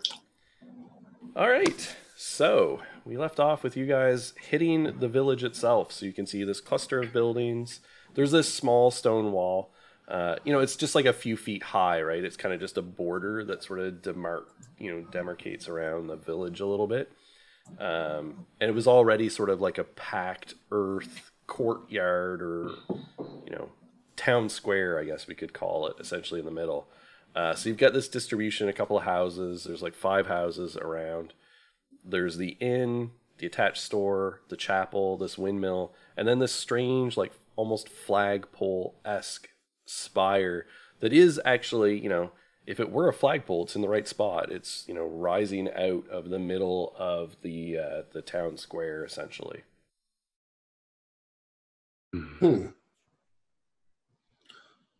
Do the supply run first. Agreed. If that pole is anything dangerous, we don't want to be caught unprepared. True. Can we see any obvious undead in the streets? Give me a perception check. It is, like you don't have clear vision. Everything is wreathed in this dark fog. And as you've approached the town square, it's gotten thicker, so everything's quite a lot more obscured. I'd like to help with scouting however I can. If that's an assist. I got an 18 on the dice. You can also give me a perception check. Okay. So it's a dirty 20. Okay. Yeah, I've got a 19. Okay. So both of you are scanning around, and you can indeed see the odd figure shuffling around, seemingly just kind of moving around between the different buildings at random. Times like this would be good to have a sneak. Does there seem to be any particular building that they seem attracted to? Not really. It seems to be just like loitering around in the area, essentially. Does it look like they're actually just kind of going around on their business like they were alive? Or are they just kind of shuffling around? Give me an insight check.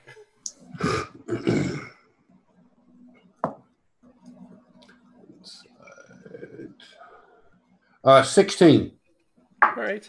They're undead. They're moving around. It doesn't really seem like there's a particular order to what they're doing. Okay. I just wondered if they were trying to not be undead anymore.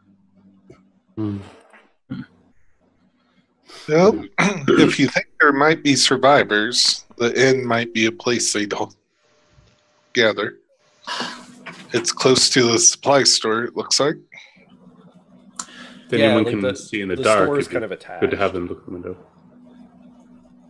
I'll send the bat out to Yeah, see so in if this it- case, it's not about seeing in the dark. It's like the fog is thick, so it's heavily obscured. I mean, more in through the windows into the buildings to see, Oh, okay. look through, someone to peek through the windows. I believe our tiefling might be the only one, or can Goliaths? Do they have dark vision? Surprisingly, Goliaths do not, in fact, have dark vision according to I the do. rulebook. Can I see anything different from what they see if I shift over to dark vision? So it's it's kind of just always working. Right now, the problem isn't darkness. It's that it's heavily obscured through the fog. Okay. So I'm in about looking dark- in the window of the inn to see if there's anything in there. Is there fog in the inn too? Is the question. Yeah, so you would have to go to the inn and investigate it to do that. Which means we're going to have to wander through some of this undead. Well, let's not draw attention to ourselves. Are we closer to the flagpole? Like, is that right there, or do we have to walk a little ways? Basically everything you would have to Okay. walk to. All right, and it is. So you could do either. But Damien had sent the bat over to it already. So the bat sort of, going around the outside. Can't really see anything inside Yes. because the barrier basically... Specifically looking for any holes or something I could crawl in and See if it Yeah. can get in. So make an investigation check as you're looking around for sort of an entrance point. That's a 18. Okay. So the bat's fluttering around and does actually find that one of the windows is broken at one of the sort of points, and sort of flies into the inn, not the general store. Kind of flits, around as you're going around through. There's I no sense movement. Movement? No. Inn seems empty. Good to know. Shall we stick to the plan of the general store and then the temple? That sounds like a good idea. I'm going to cast dancing lights and move it away to give us a path away to go to the store fairly easy to kind of see if I can draw any of them off. Okay. So you cast that off. I'm going to have you make a an intelligence check. Arcana, if you have it. I do have Arcana. There you go. 7. Okay. So it's kind of just about, placement and that sort of thing. And I will have everybody give me stealth checks as you try and move, without attracting too much attention.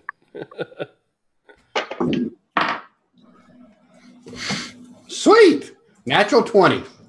Nice. All right. Very nice. I have a unnatural 20. Okay, Max, you're muted. I negate that natural 20. With the natural 1. Excellent. You're not alone with my 6, so not much better. Okay. 18. And 18. All right. So there appears to be some balance in the force.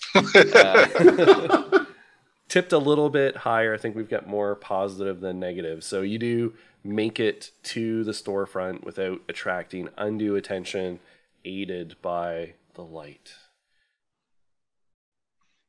Very The good. door is closed.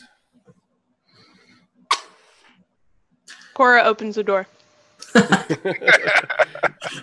So I'm kind of standing to the outside and kind of continually moving the dancing lights around to keep it around us, Yep. from away from us, not around us. and you Not to open. be. Go ahead. Sorry. Go ahead. Oh no, I was just gonna say, like, a little bit of light filters into the interior, but it's pretty dim. Okay. Not to be outdone, I'll be right behind Cora with my glaive or my halberd ready at hand. All right. I'm gonna peer in as best I can, but seeing that it's dark, I'm gonna not quite ask for help, but just kind of like look expectantly at anyone that can see in the dark. I'll send my own dancing lights into the building, Okay. but very to good. the low down to the floor. Okay. So yeah, your lights kind of go dancing around through. It's a relatively small space. It's probably about 10 by 20 feet. There's basically some shelving, sort of racks and things on the floor, where you can see sacks, presumably of like grain and things like that in them. There's tools like farming implements leaning up against the walls. As the lights dance around into the back, there's a small counter across the back with another shelf in behind it that has things in bottles and small sacks and cases in it. And your lights float over 3 bodies just laying on the floor. I think I will close my eyes and grasp onto my holy symbol and say a small prayer. And when I open my eyes, I'll have my divine sense. Okay. And as you look into the room, the corpses aren't emanating any particular, undeadness to you. They appear to actually just be mundane corpses at this point. Okay. Remus, I'll walk are they a up danger? to What was that? Sorry. Are they a danger? They do not appear to be. These seem like innocents, for lack of a better term. I'm going to kind of glance over my shoulder and say, all right, what's going on in there? Is anything happening? Because I'm still standing at the door, kind of moving the lights around, trying to keep everything distracted from where we're at. Yeah, and so Three dead. as the lights dance over them, you can see there are 4 humans, 2 male, 2 female, but they are extremely like withered and desiccated. But they do have the remnants of like armor and weapons. So 2 of them are Seems- clad is in this- leathers, 1 in chainmail. There's your standard assortment of swords and some short swords and that sort of thing. I've seen you do this before. Is the land itself desecrated?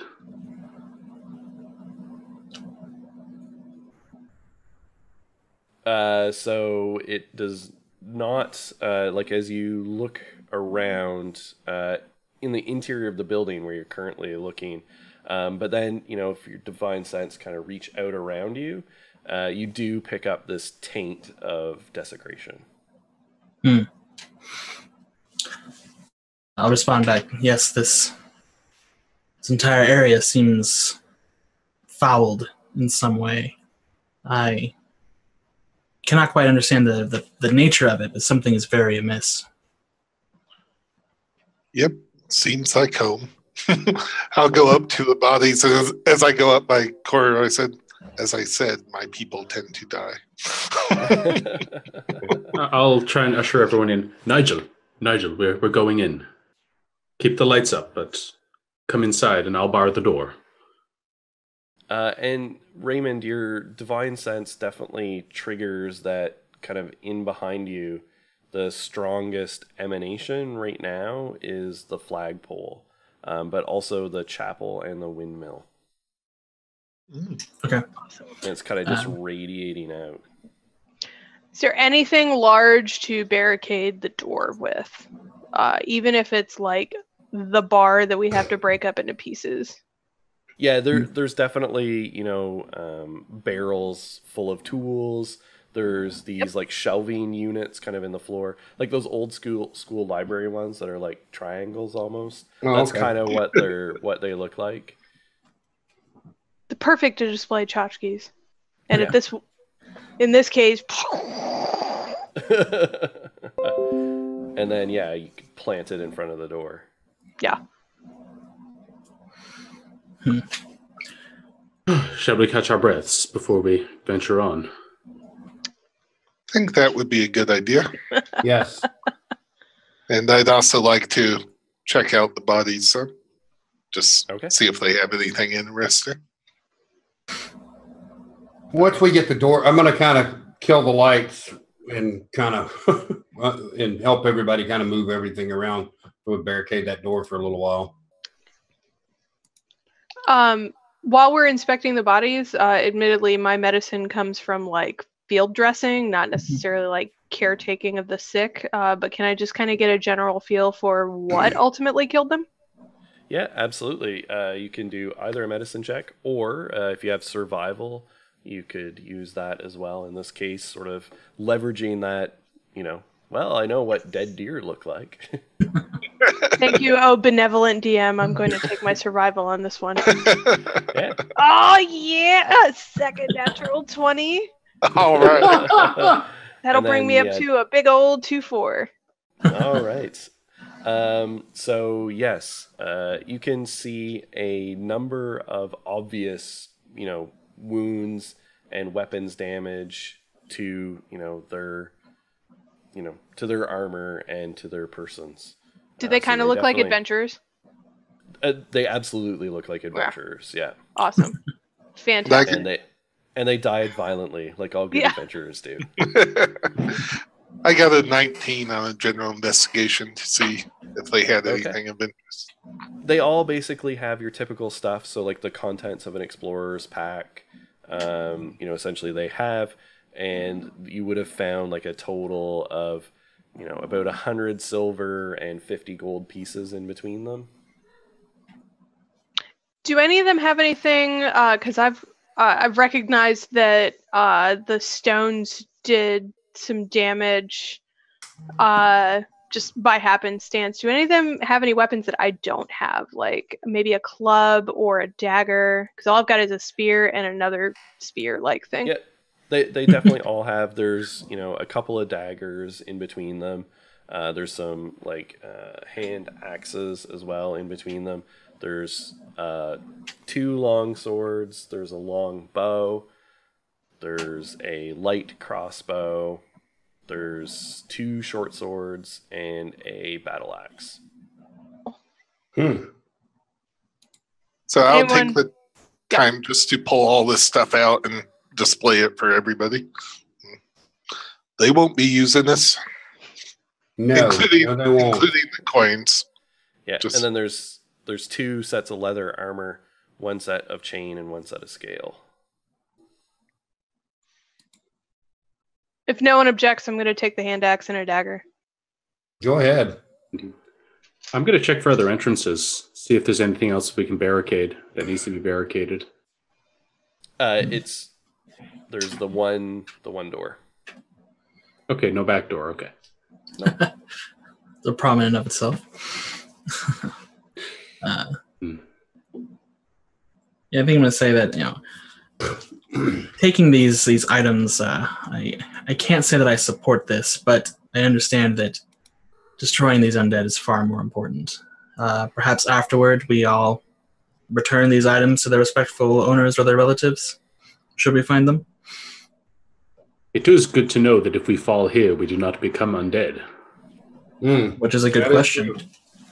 Why didn't these people become undead? Well, it looks kind of very odd that it seems like every bit of moisture has been taken out of them, like they've been sucked dry. Desiccated husk.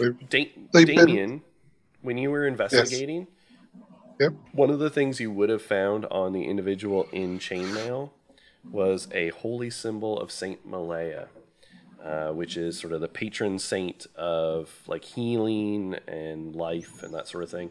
Relatively common for her priests to be like the majority of priests that are kind of like out in the world. But there's a fair number of like paladins and things like that as well that would follow her. Oath of protection and that sort of thing, for instance. Right. Interesting. Yeah, I'll kind of point that out to Raymond and say, and as people are talking about it, say, looks like they mummified rather than zombified. And these were holy men, no less. Yes. It does worry me that others failed and we're here. Are we the next feast, or if we check the other rooms, will we find buildings? Will we find others that came before us? We were put here for a reason. We are supposed to be here. Those bottles I'm on the one wall. supposed to be saying platitudes. Yeah, the bottles on the wall. If you would quickly look through them, there would be sort of medicinal plants and things like that in some of them. Sort of like Liquids? almost like a apothecary. There is various liquids, booze. It looks like. Interesting. There are liquids here. It's just for everybody. These The haven't boo- dried up. The booze might be handy with the I pass it over to him. Dan, I'm going to look around. Is there any crossbow bolts around that would fit my hand crossbow? Hand crossbow, no. Okay. You would look around and find a few, but they're just the one that the person with the light crossbow had with them. Yeah. There's like some hunting arrows and things like that, but this place didn't really carry, weapons. It's very much just catering to the local farmers and hunters. Okay. I'm going to check what rooms there are. I'm going to have my dancing lights keep them low to the floor so nothing really shines out the windows. So the store is one room. That's it. I thought it was connected to the inn. It is, but there's no door that goes into it. Like it's part of the building is attached, but there isn't a door that goes in between them. Okay. Is there any movement outside? There is if you would look out, the same kind of level of movement as what was Okay. going around before. Do we want to explore more and then rest, or do we want to rest here now? Is there a basement? Ooh, yeah. You don't That's a good know. I question. mean, if there is, you haven't seen any sign of it. Do you really want to get Let me check. barricaded in a hole in the ground? I would prefer not to be in a hole in the ground. I would like to see if there might be anyone hiding in it that may have information. Indeed. So I'm going to check specifically around behind the counter, if there is a counter. See if there's any trapdoors. Okay. That's a 16. Okay. There doesn't appear to be anything here in the store. You know what? If you are sort of thumping around on the floor a little bit, I think with that you could tell that there is hollow space underneath. So presumably there is at least a small basement or crawl space that goes under the building, but there's no entrance to it that you can find from this area. Might be a root cellar from outside. This is a supply store, so I'm assuming there'd be a crowbar. Mm-hmm. To try and pry up a floorboard. Yeah. Okay. I'll try to help with that. With a spear. All right. Go ahead and give me a strength check with advantage. That is a 18. Okay. So you managed to lift up one of the floorboards. You can see like a small gap that goes down into a space underneath. I'll send the bat in. Okay. So give me a perception check for the bat. Natural one. So that's Okay, that bat- goes right into that blind as a bat thing. The bat does its thing, Hey. freaks out, starts smashing across, bouncing off of walls. I call it back out. I'm like, no. Come here, rest. Come here.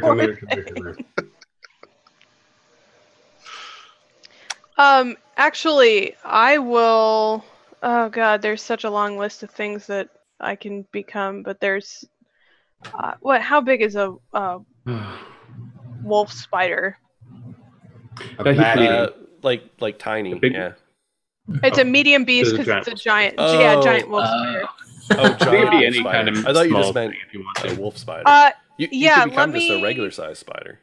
Yeah. I think I can become a swarm of insects. I think that's like smallest that No I can swarm. recall. That's You can got. become a got- regular spider. Okay, we'll go with that. Yeah. Something small with blind sense, or dark vision. Something I can see. So Spider- I'm just gonna go ahead and shift down to that. Yep. That's a spider. All my equipment with me. So, suddenly perception shrinks quite a bit, and just kind of skitter across the floor, dodging feet, and then just kind of whoop down inside. Well, right. that's deep. So go ahead and give me a perception check. Still not used to that. You and me both, honey. So I'm gonna stay on the ceiling as much as possible for Okay. warped perspective here. Just try to maintain that. I don't want to get too far to the ground unless I really need to be able to see something. Right. Do you So, want a yeah, perception check? Yes. Okay. Awesome. That's terrible. That's going to be No. a 7. All right. There's lots of boxes and barrels and crates and shelving units and things like that around. Are there webs? Oh yes, there's definitely spider webs. Okay. And would I be able to tell if they're like cobwebs or actively used? Let's see. Go ahead and give me a nature check on that. Cool. Will do. That's a little better. 14?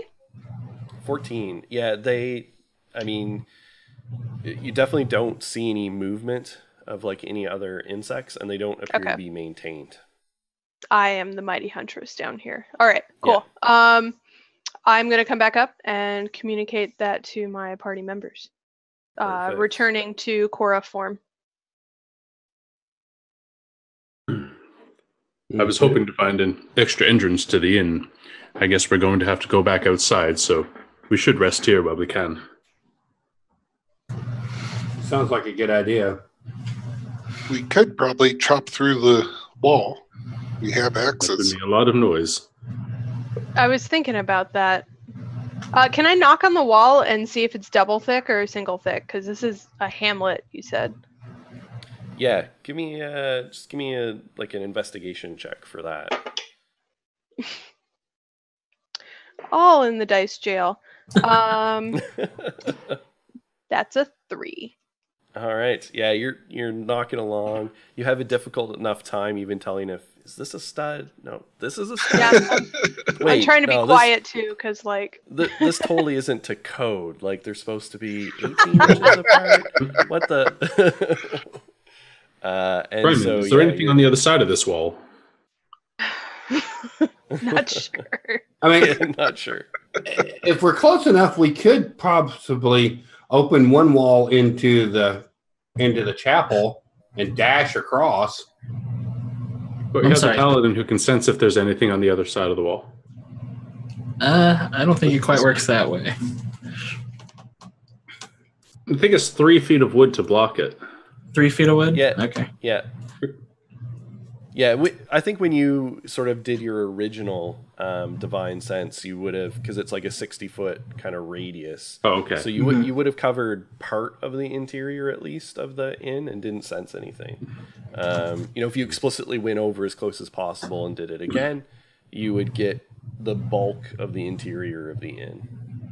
Well, when the bat flew into the inn, it saw nothing as well, right? And the Didn't bat see any saw movement. nothing. Yeah.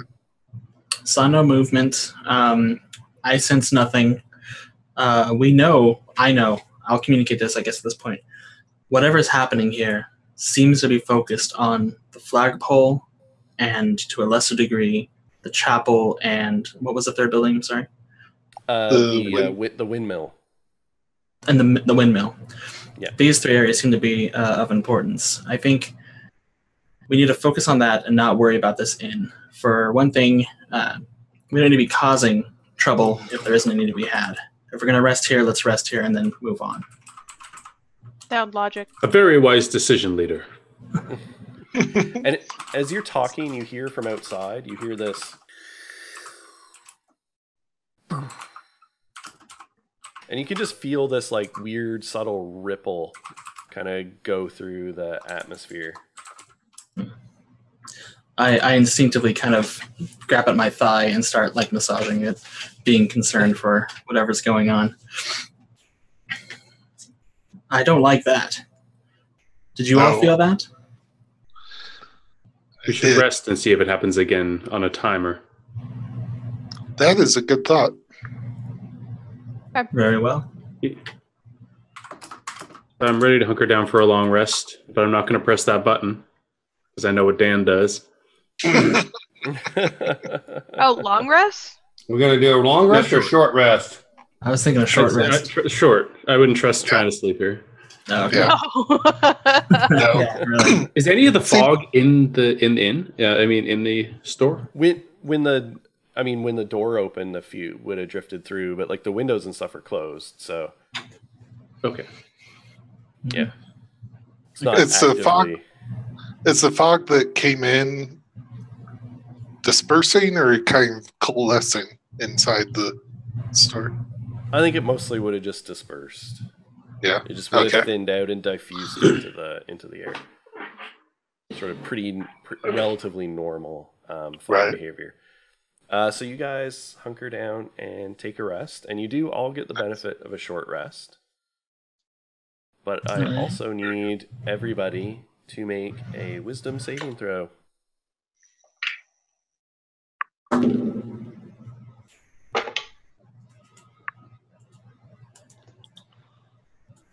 Seven. 16. Excellent. 15. Nat 20. Nat 19. 20. 19. 14. Okay. So Cora, as you kind of get on with, finish your rest, and just this creeping sense of malaise kind of settles into you. You do still get the benefits of a short rest, but this kind of lethargy, you feel yourself kind of not really caring too much if you die, and you have disadvantage on death saves. Okay. Sounds good. Wow. So used to this by now. I am absolutely not going to share any of that with people. That's way too personal. You don't talk about your feelings at home. That's not. No, I don't need your phone number. That's.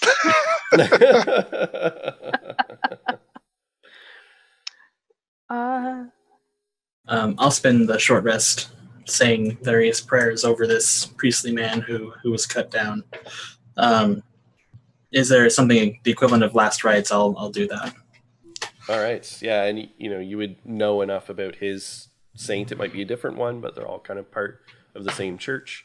And you would perform, the correct rites and rituals. And as you do, kind of, you still get the benefits of the rest going through the prayers and rites. But you do see sort of part of the room, like where you're doing your ritual over these bodies. It seems to clear a little bit. Just this almost existential heaviness that really hangs over everything seems to lift a little bit and seems just a little bit brighter.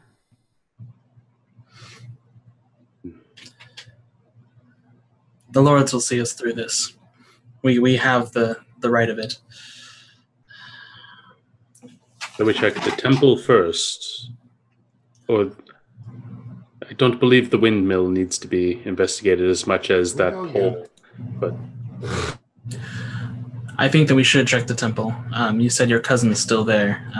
Maybe she's my cousin is just a priest who I have drawn knowledge from, but she's not here. Oh, okay. My apologies. Nevertheless, it makes good sense to me.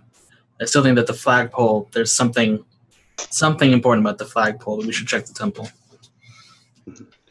Perhaps we should just go by and kick it over and see what happens. Might be kicking a I bee's vote Damien go kick it over. I would be in favor of that. Can you kick it over? No.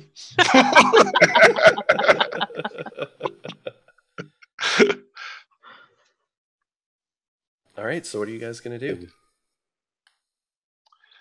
We skirt the town. I'm gonna start moving stuff away from the door. I'll help. Through. Yep, that's easy enough. I'll take to unbarricade it. Taking a cue from what Nigel did, I'm going to send my dancing lights across the way to float around the alleys of the other building across from us. Okay. Is the temple ahead of us or behind us? Like, if we're facing out the door? Is it? Everything's kind of just like circling this central. Okay, so we're gonna have to make some turns. Well, I mean, you could go. You can kind of skirt around the central square, or you could cut kind of obliquely, sort of across, the square to it. But is the temple or the windmill closer? Probably the windmill is a little bit closer at this point. I'm going to gesture to it to Jonkern. If it is closer, it is safer to get there first. Even just to get a better vantage point. Yeah. So I'll take point on that one. Trying to keep the walking perpendicular to the dancing lights, keeping them as far away from us as possible. Okay. So I'll be right behind. Okay. Go ahead and give me a intelligence check for your sort of placements of the lights, trying to maximize your distraction. Okay, intelligence, my whopping 0. Natural 1. All right. Everyone From go a ahead 20 and to a roll. 1. Everyone go ahead and roll stealth checks for your movement. I got an 8. Me too. That one. I got 17. I don't even need to say my number because we are hoes. 8. Well, apparently, we just decided to send up a neon sign and say, "Hey, look, we're here."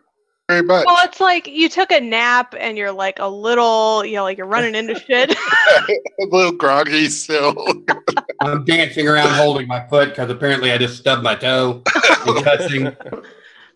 So actually, as you My guys foot move breaks too across soon. towards the windmill, and you're picking your way across, your feet kind of caught under the dirt on, you weren't sure what until it kind of pulled taut, and then you kind of stumbled over it, but it was actually something that was buried underneath the dirt, running out from the windmill and towards the flagpole. And that pulled taut and then kind of snapped back. You stumbled over it, and the windmill, or not the windmill, the flagpole spire thing kind of jerked a little bit and rattled. And then you hear from the periphery in various points around the square, you just hear this. And as you look around, you can see probably a total of about 5 skeletal figures, half clothed in flesh, kind of swivel and start looking towards you guys. But you're kind of in the entrance of the windmill. This is why I regret taking Damien over that rogue. I'm gonna kind of brace myself against the door as soon as I'm in and start trying to pull people inside of the windmill, getting them inside. I'll enter last. Actually, before I enter, I'm gonna look at whatever you tripped over. All right. And I seem to not be really rushed in this manner. Okay. Give me a perception check as you're looking around at what you kind of tripped over. Well, that's better. 15. So where it kind of vibrated and the dirt, vibrated off of it, so now it's now sitting on top of the packed earth.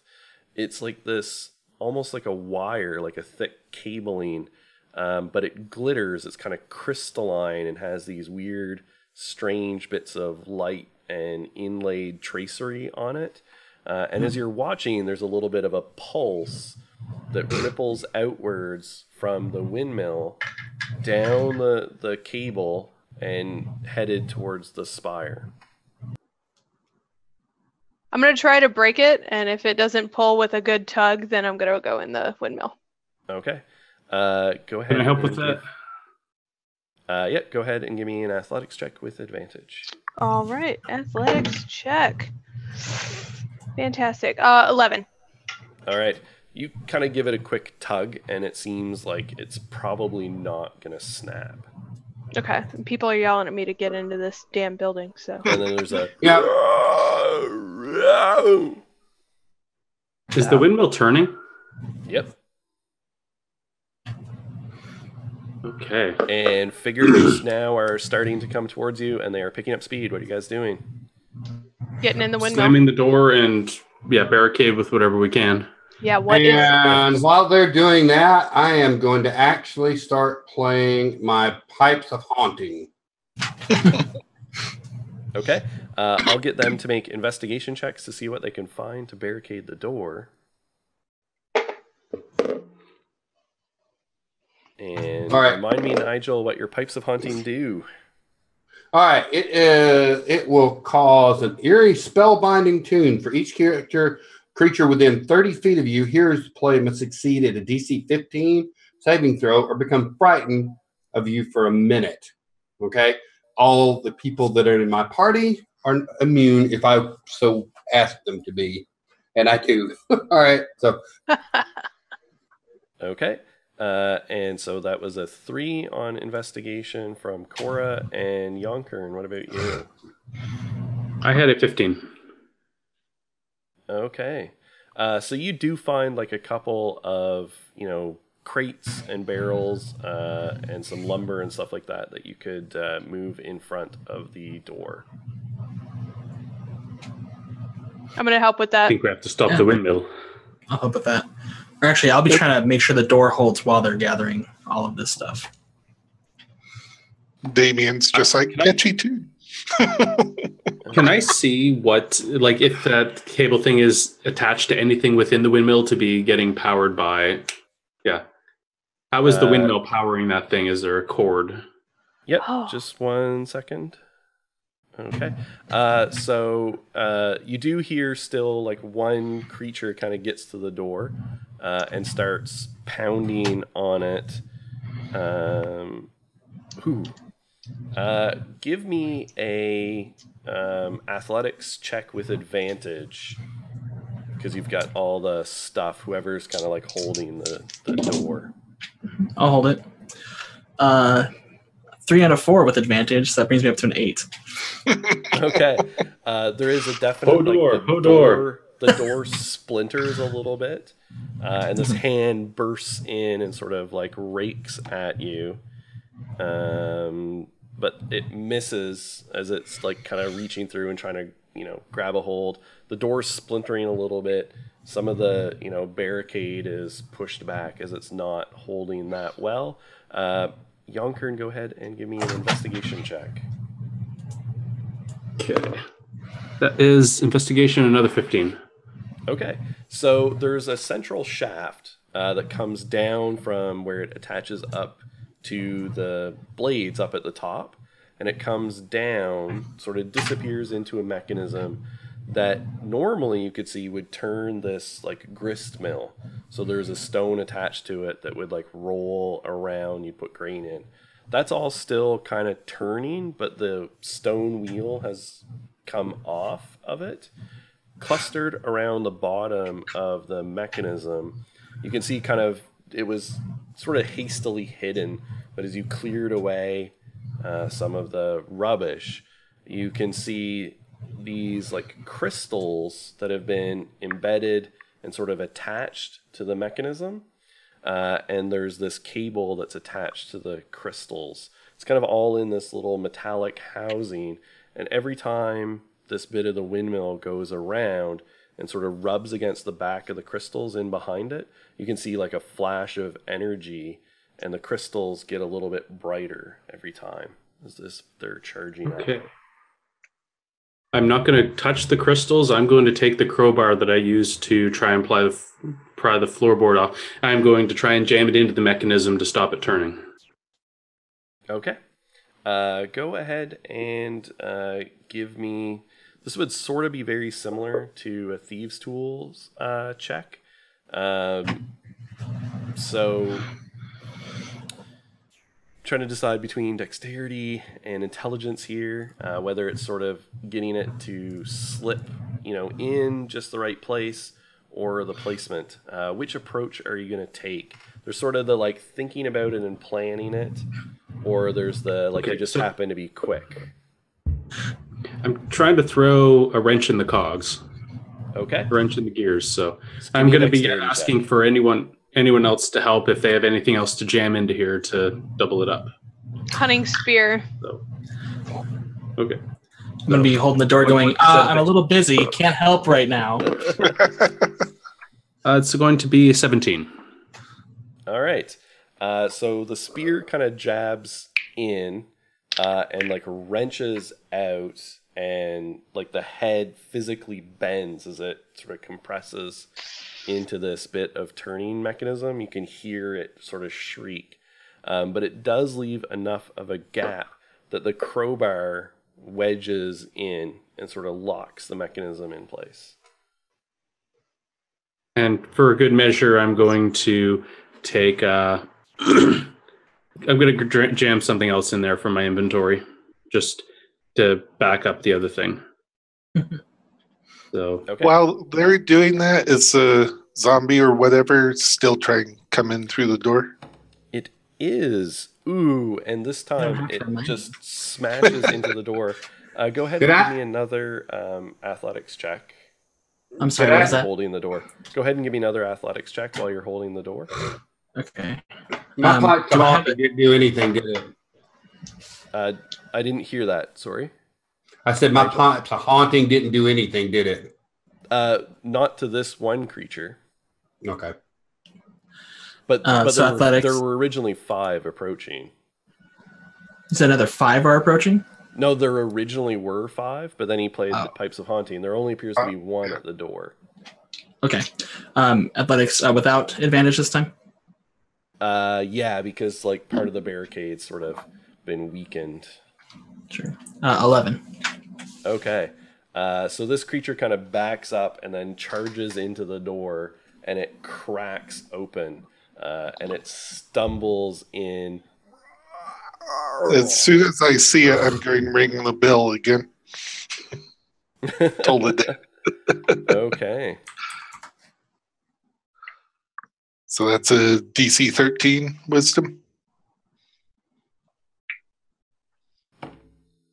And it definitely fails that. 17 points of damage. Oh no, sorry, wrong die. Sorry, that would only be 9. Okay. Such a good cantrip. Yeah. All right. So yeah, this rings out, and it kind of clutches at its head.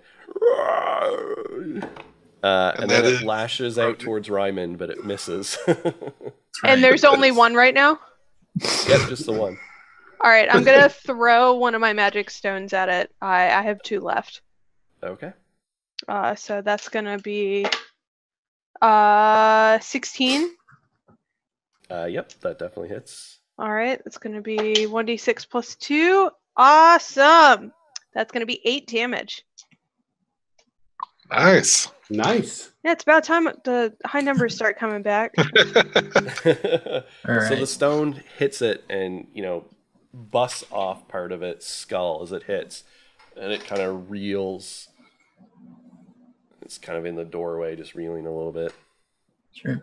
So after the door is bashing in and I stumble back, seeing this bell ring out and this stone fly by, I'm going to grab my halberd and then set and just charge right into it, trying to spear through it. Go ahead. That is a nice 24 versus armor class. Oh yeah, definitely. And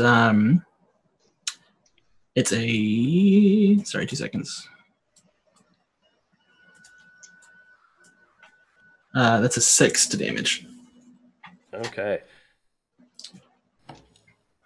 All right, so yeah, you charge it and just drive the halberd right through. It just rips through, sort of picks it up off the ground a little bit, and then falls off, and it just kind of like twitches a little bit, and it looks like it's gonna like try and rise, and then it settles back. Did you catch that, Yonkern? That's gonna be a good one. That's gonna be a good one right there. Oh, you're muted. Very good, friend, and I shall also tell how you alone stopped the windmill. Oh, no. Cora helped too. It's fine. Cora will not be left out. It might make your tale less believable. Just for good measure, I'm going to go over and cut the head off of this thing with my sickle. Just Wait, is this a skeleton or a zombie? It was like a zombie. Okay. Yeah, so you cut it off. I'm going to look at him very confused while he does that, but I'm not going to stop him. It's just a weird thing to do. Then I can't kick the head inside. He doesn't need it. So there's this like fizzling and sparking, and you can see the crystals start kind of flashing. It may be time to go. Yeah. I'm okay with that. I gesture to the crystal rope in the dirt to Damien, and do you think your sickle can, for good measure, sever this connection? I can certainly try. I'll try hitting that. All right. Yeah, While he's doing that, I'm going to do Bardic Inspiration for Damien.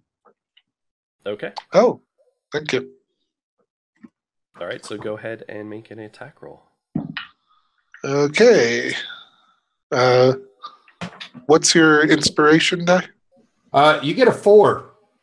Okay. I will take that. That is a 13 total. All right. So you're hacking at this crystalline sort of cable. Go ahead and roll me some damage. 3. All right. So you're hacking at it, definitely making progress. It starts kind of sparking as you hack away at it. You figure if you took a little bit more time, you could go through it, but it'll take you a couple of minutes. Might not be the most efficient way to do this. Anybody have a better idea? Just a thought. Can we pull it out from where it's at? Can we yank it like a cord or something? So it disappears into this like cluster of crystals, this kind of thing that was wedged up, sort of and attached to the windmill mechanism. I'm just going to grab it and yank it really hard. Go ahead and give me an athletics check. All right. I'll assist him. Okay, so you can make it with advantage as the two of you grab and pull. 9 plus athletics. 13. It's like straining, your face turns red, but it is in there tight. Was that with advantage? Yep. Okay, well, hang on then. I just rolled once then. Oh, I thought you rolled a second one. No, All right, on the second one, I rolled a dirty 20. Hey. Okay. So, yeah, you're pulling, your face gets red, it's pulling and pulling, and then Ryman comes up, grabs a hold of it, sort of one-handed, and adds it as he starts pulling, and there's a popping sound and this like crackling spark as it separates out from the crystals. And then the crystals disintegrate into powder and explode. Okay. I need everybody make a dex save. I'm sorry, what was that? Everybody give me a dexterity saving throw. Oh, crap. 15. It's been great knowing you, friends. 6. I'm going to throw myself in front of Raymond. I've got a 10. 13. Okay. I got an 8. All right. Oh, well, yeah. You're essentially sacrificing and taking it one for the team. So Nigel and Yonkern each take 8 points of radiant damage as this just detonates out. But Yonkern heroically dives and like covers Raymond, taking the force of the blast.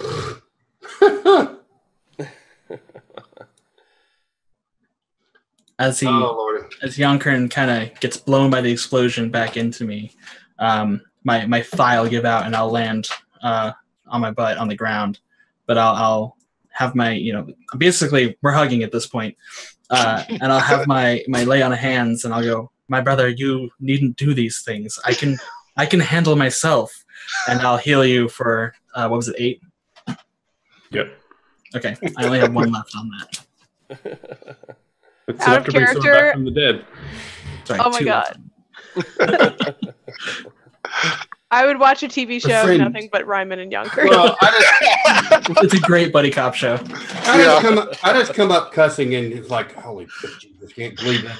And I'm going to go ahead and cast cure wounds on myself All right. as I come up.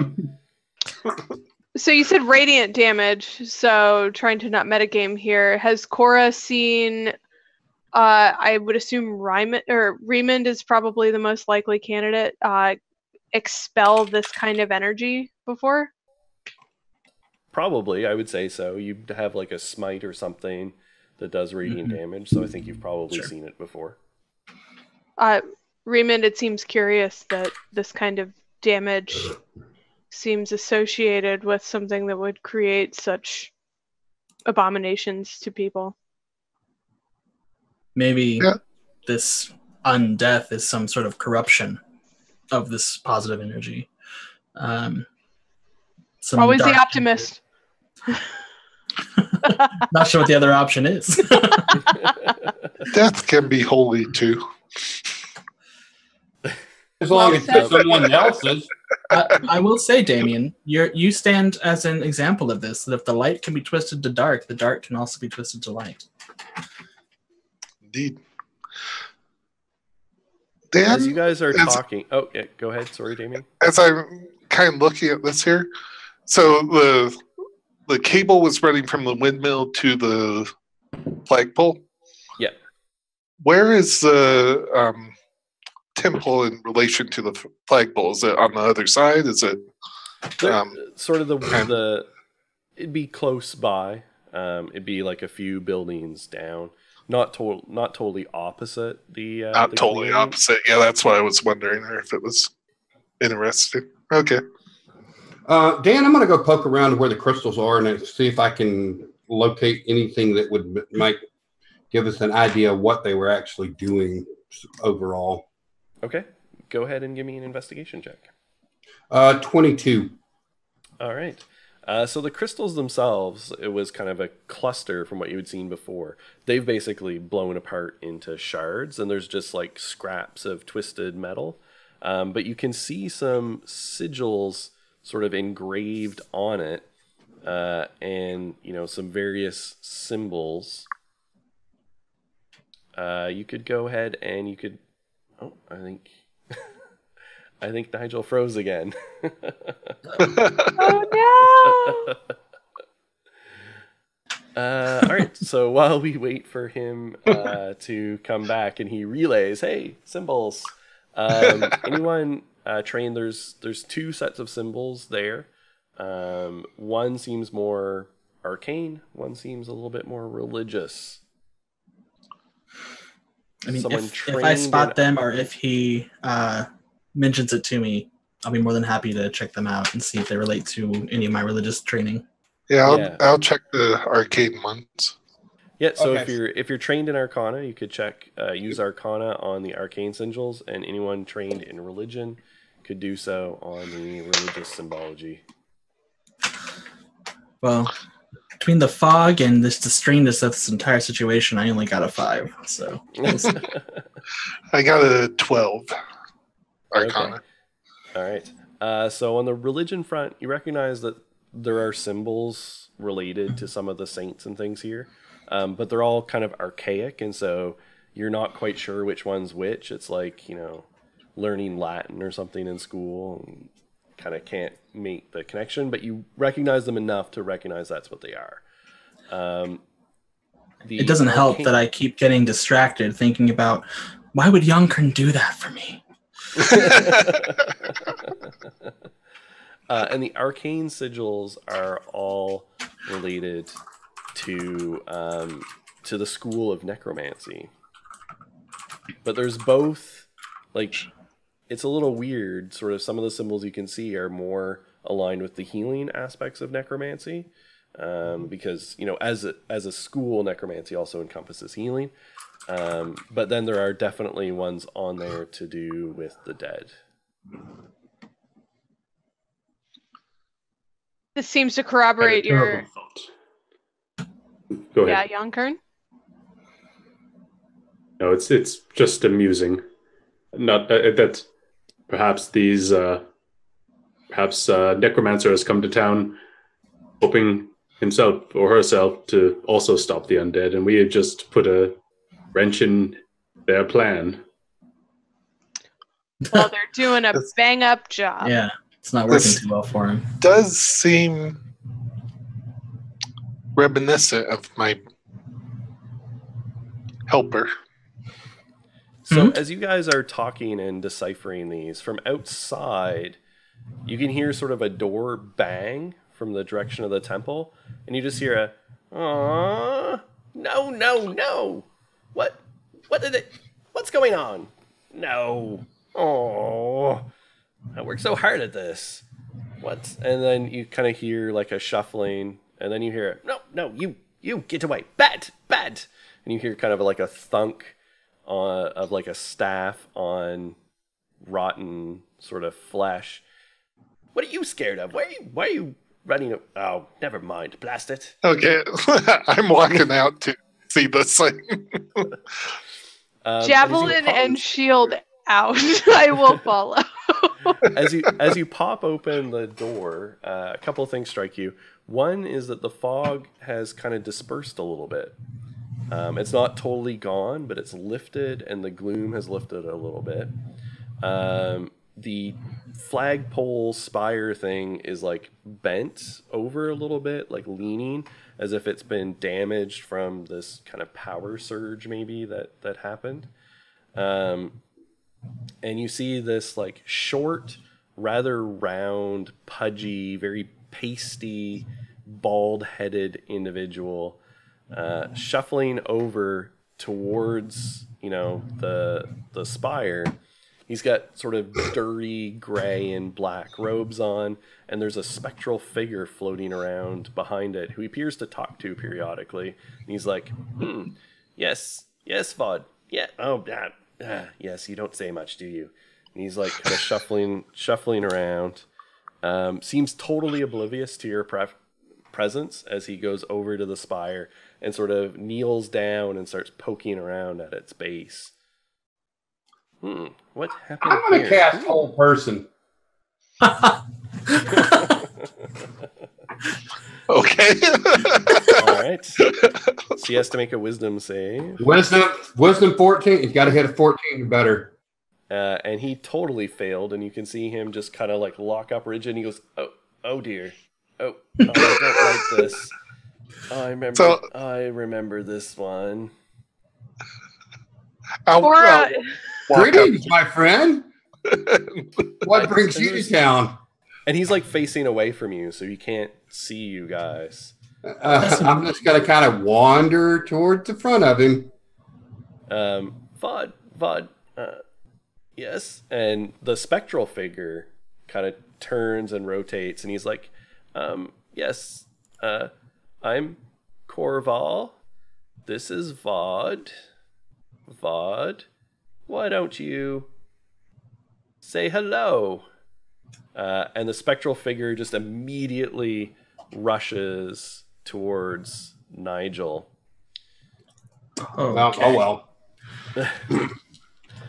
If anyone was out in front of Nigel was kind of talking and walking over. If anyone was out in front, I would have been walking up there too. I think Raymond would have been one of the first. Yeah, so you can go ahead and take an opportunity attack as it kind of rushes by you. Gladly. Those are my favorite.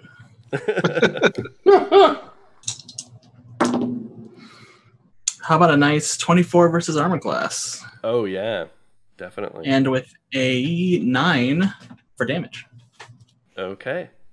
And am I allowed to make opportunity attacks smites? Or do they have to be actual actions? I believe so. Any of the smites that take a bonus action, you don't have your bonus action on your reaction. Right, okay. Right. Yeah. But if you already had the smite loaded, then yes. I doubt that I would have. I wasn't expecting to move. What about just Divine Smite? Because that's not a bonus action. That's just on a hit. Give up a spell slot, get your Divine Smite. Yeah, that's what I was thinking. Oh, okay. That you could do. Yep. Great. So that adds 2d8 and an extra d8 for it being undead. Presumably it's undead, right? Yeah. Yes.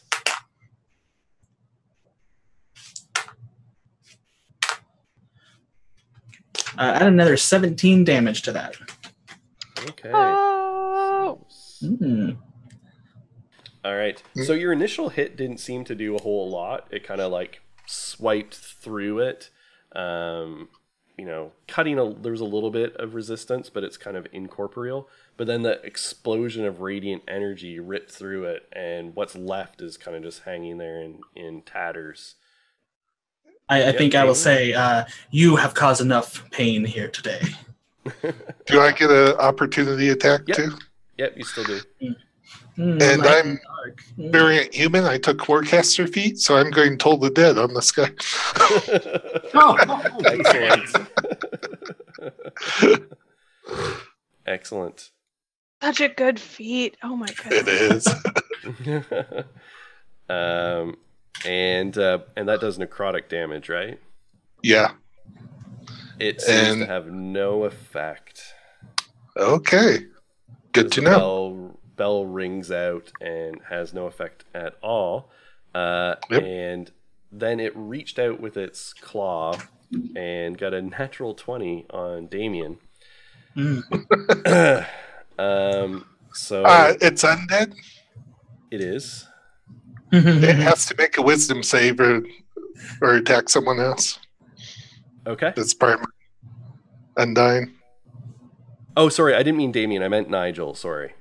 Oh, okay. Yeah. This could That's be who. bad. Yeah. That's who it was going for initially, right? Yeah, he had yeah, cast right. the hold person. Yeah. So, this is a crit on this. This is going to be 6d6.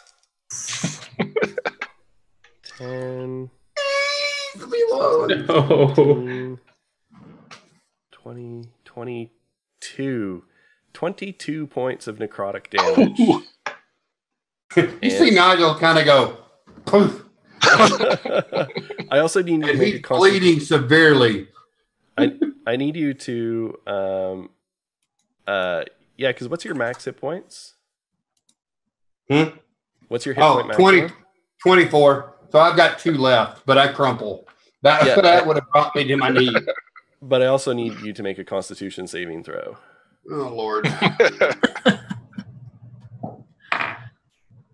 think I did okay with that one. Hang on. Constitution 16. Okay, you're fine. That's pretty good. You wouldn't want to fail that. And I need you to make a second Constitution save for a concentration check on your spell. Okay.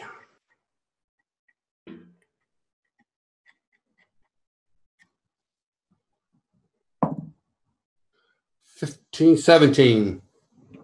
All right. So I think even with, let's see, 22. because it's 22 damage. But is it? I always forget. Is it whichever's lower or whichever's higher? 11, Whichever's higher. 22. Yeah. So 5 plus 22. Oh yeah. So yeah, you fail. So hold. I figured I did anyway, but Yeah, I always forget, and you'd think I'd remember, given that I play a bard.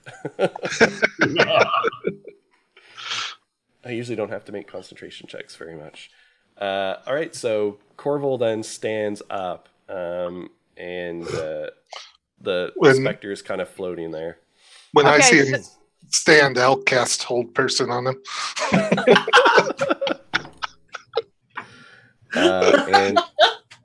And what's your spell save DC? 13. So as you cast it, he goes, no, not that time. You don't get old Corval. That was rather rude. Vod. I'm going to run out and I'm going to strum my guitar on my hip and just kind of say, winners never quit. And I'm going to cast Healing Word on our almost fallen tiefling. Okay, and I'm also going to cast a spell when that resolves. Okay. Where's my D4? Where's my D4? So that's a total of 5. 5 healing for Nigel. 5. All right, good. That brings me up to 7. I am going to look up through the now like kind of dissipating fog a little bit, and what little I can see of the moon, I am going to reach up and pull it down into a pillar of light and cast Moonbeam right on the 5-foot area that the Spectral Servant is in. Okay. One of my favorite spells. I'm very excited. I'm a first timer on this one. It makes, I believe, a dex. Is that right? Dex save? Believe it is. Well, it is Constitution assuming it's saving throw. Constitution. Okay. And your spell save DC? That is so my spellcasting modifier is 2. Okay, so yeah, your DC would be like 10. Is it proficiency plus spellcasting proficiency, modifier? Yeah, plus No, it's 12. 12. Plus, yeah. 12. Yeah. So it definitely passes. Okay. Or it takes half as much on a successful one, so I'm going to roll 2d10. And of course, those are the dice that I put back because I totally thought I wouldn't need them anymore. Okay. Oh, well, that's not bad. So it's going to be 12 damage. So it's going to take 6 points of radiant damage And then I can move it as an action, or as a as an action I can move Action. Yeah. All right. It is enough as that moonbeam hits that the specter sort of just burns up and flakes away. And Corval's like, no! I said, no. This experiment has gone so well, but now badly. Is Corval a human? Yes. Okay. Cora's annoyed. Well, I don't I'm like gonna that very walk much. up. He snaps his fingers, and this crackling beam of energy comes out and hits Cora. And I need her to make a Constitution save. All right.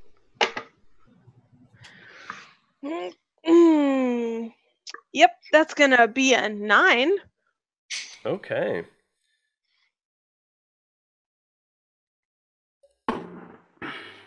All right. I blame the dice my husband gave me before this game. Okay.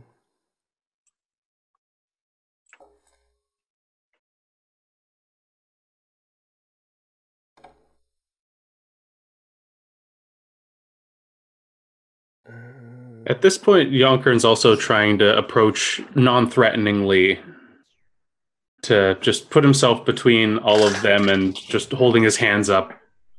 Can we just calm down? Cora, what's your hit point maximum? 22. All right. So 40 points of necrotic damage is what hits you. So it luckily does not destroy you instantly, but you are at 0 and unconscious and will be making death saves, and you have disadvantage on those. Yes. Awesome. Now, I think that that might be sufficient to compensate for the rudeness. Rise, my friend. And I'm going to cast my last healing word on her.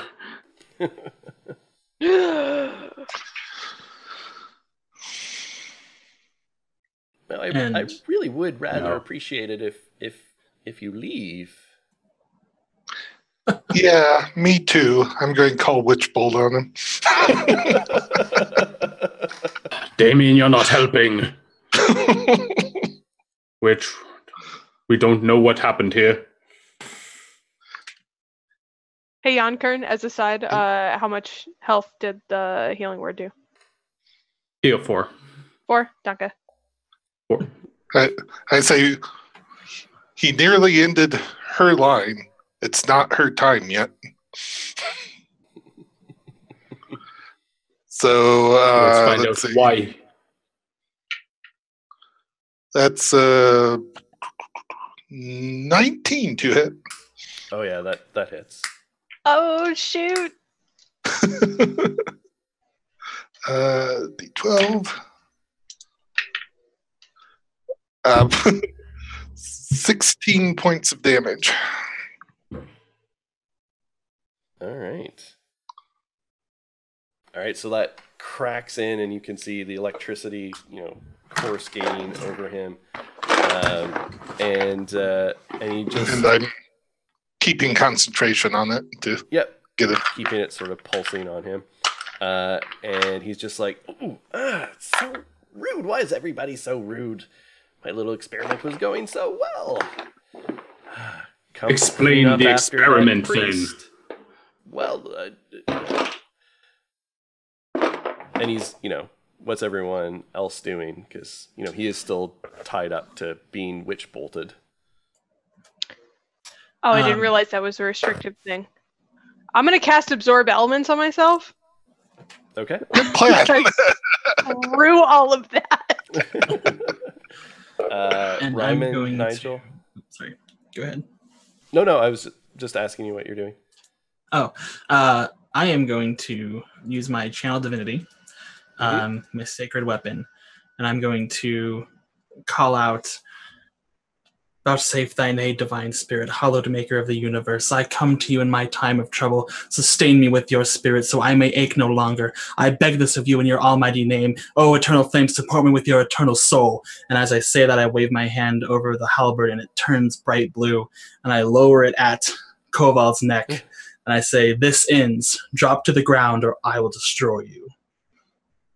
I think that'd be an intimidation, but it's your call. Oh, yes, absolutely. Absolutely, you roll an intimidation.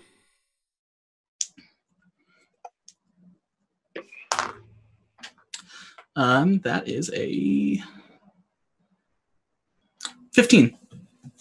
Okay. Let's see. Ooh.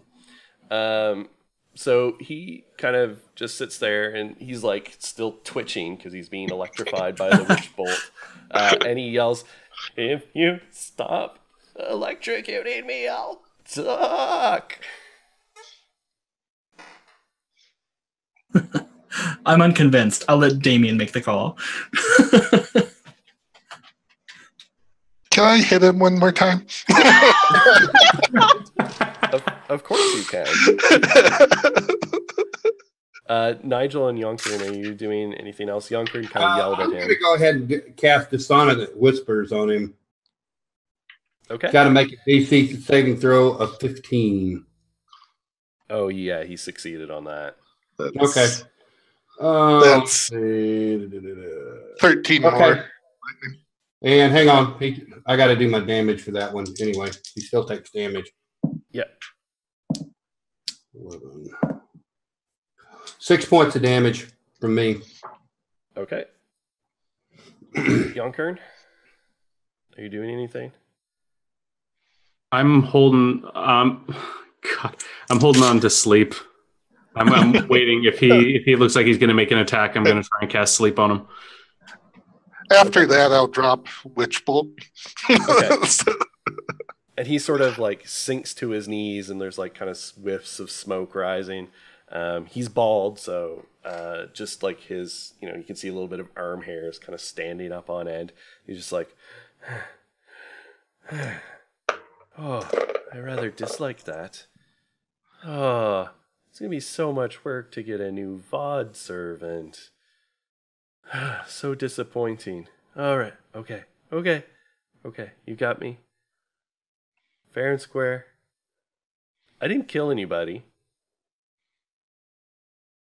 Oh, well, what happened to the people? What happened to the people in the general store then? Oh, I suppose, well, my servants killed those people. That's true. But they tried to stop me, and my work was too important. What is your work? Oh, a little of this, little of that. I came along, I found some things. I was studying it. I sold it to a priest. The priest messed it up. I came in to clean up the mess. Insight. Yep. It's a 13 on the dice and a 0. So 13 on the dice. He doesn't appear to be lying. I'm gonna stand up, finishing with absorb elements, and I'm going to thrust my spearhead in front of his face and say, "What did you sell him?" Oh, well, I little bit of a archaeologist, as it were. I like to explore. Speak plainly, human. I thought I was. Is archaeologist too big of a word for you? I push the spear a little closer to his face. It might be big of a word for her. Hard to speak if that is too close. I like to go through tombs and find things, and I'm particularly interested in dead things, and I like them, and I found bits of this device, and it seemed to have an interesting aspect of healing and life and death magic. And a priest I had to help me decipher its meaning thought that he could make it generate healing goodness on the land. And I thought I would let him experiment with it, and I think he maybe put something in backwards and it killed everybody, and started absorbing all of the life. And I thought, well, this is interesting, and so I came and started studying it. The rather fascinating findings. Where's this priest now? Oh, well, see, when I said it killed everybody, it killed everybody. So why his did body's you in the die? chapel? I wasn't here when he turned it on. I came to check up later. Convenient. I wasn't stupid enough to stand in the experiment. Never subject and test on yourself. That's just poor scientific method. So is the pole the artifact, or was that the crystals? Both. I'm not sure why you think it's an either-or thing. There's other devices. It's a rather elaborate setup. The crystals are gone now. Those crystals. Yeah, that's unfortunate. Wait, there's more? Oh, well, there's another part of the device I have in the chapel, but without the power crystals, I'm afraid it won't work, and I don't know how to build this. I merely found it. Insight check on that statement. Yeah, go ahead. Natural 20. He is There not it is. lying, but he seems sad and disappointed that he cannot build it. Oh. He's telling the truth, but he shows no remorse. Yeah, exactly. I say we kill. I say we kill him. Yeah, exactly. Well, We did Technically- fashion the spire, but you know. I Well, struggle that with one thought. You found this in a tomb? Yes, all kinds of interesting things we find in tombs. What Where? tomb is as big as this? Oh no, the spire we had fashioned. The device you'll see, and he's like pointing in behind himself to where he was kind of futzing around with something at the base, and you can see there's sort of a similar looking apparatus as what was in the windmill. Not identical, but very thematically similar, connected to the spire. And you can see the spire is kind of it is a wooden pole, but it has like metal bands around it, and they're connected, and there's like runic engravings and stuff on it. This is Basically- constructed to amplify the signal. Just what had you learned here? Well, we learned that the device is very, very sensitive, and see, one of the problems is the priest. I think he maybe got some symbology of his saints mixed up, or maybe they've changed over time, and he basically, I think, maybe set it from health to death, inverted. Put a 1 instead of a 0. I looked around and said, that's actually surprisingly common. That's a real problem to have. You've got to work on that. Well, when you deal with magic items, things tend to go wrong. Magic can blow up, literally, or in this case, figuratively. It would explain everything that's been going on, and he showed up after the fact. You can't kill the sword merchant when you cut your own hand with the sword. That's right. Swords don't kill people. People kill people. With swords. You can when the merchant turns the sword on you. Didn't turn it on anyone, as we know. I mean, I suppose my servants interfered with you coming here, but, What is to happen to your servants? Oh, well, now that the device is disrupted, I rather expect that some of them, at least, only a few were my direct, that I animated. The device did the rest. You may see the priest wandering around a little bit. Can we just shut this device off and everything back to normal? I'm with Nigel. Well, I mean, you destroyed the main power source, so it's kind of only partially operational right now. Maybe we'll fizzle out. I don't think you really got the idea of what I was telling you. This wasn't really a request. We're telling you, shut it down. Go ahead and make an intimidation check.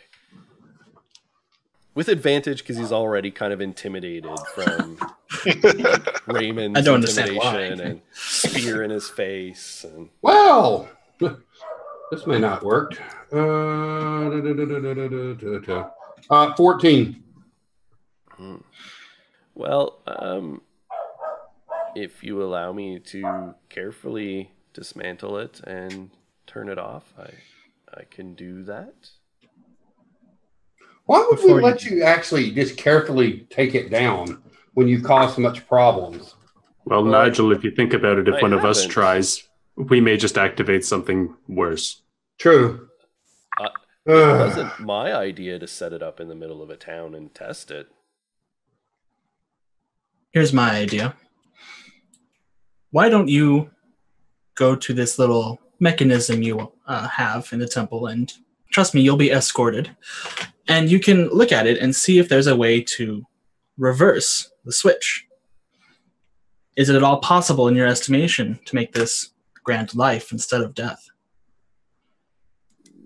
That is possible, but the problem is the power generator, if you will, the capacitor that stores the energetic fluxes from powered by the windmill. I should think of a better name for that. Maybe something like a flux capacitor.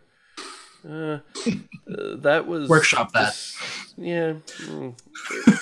It was destroyed, so we would need some other kind of power surge to power it sufficient quantity.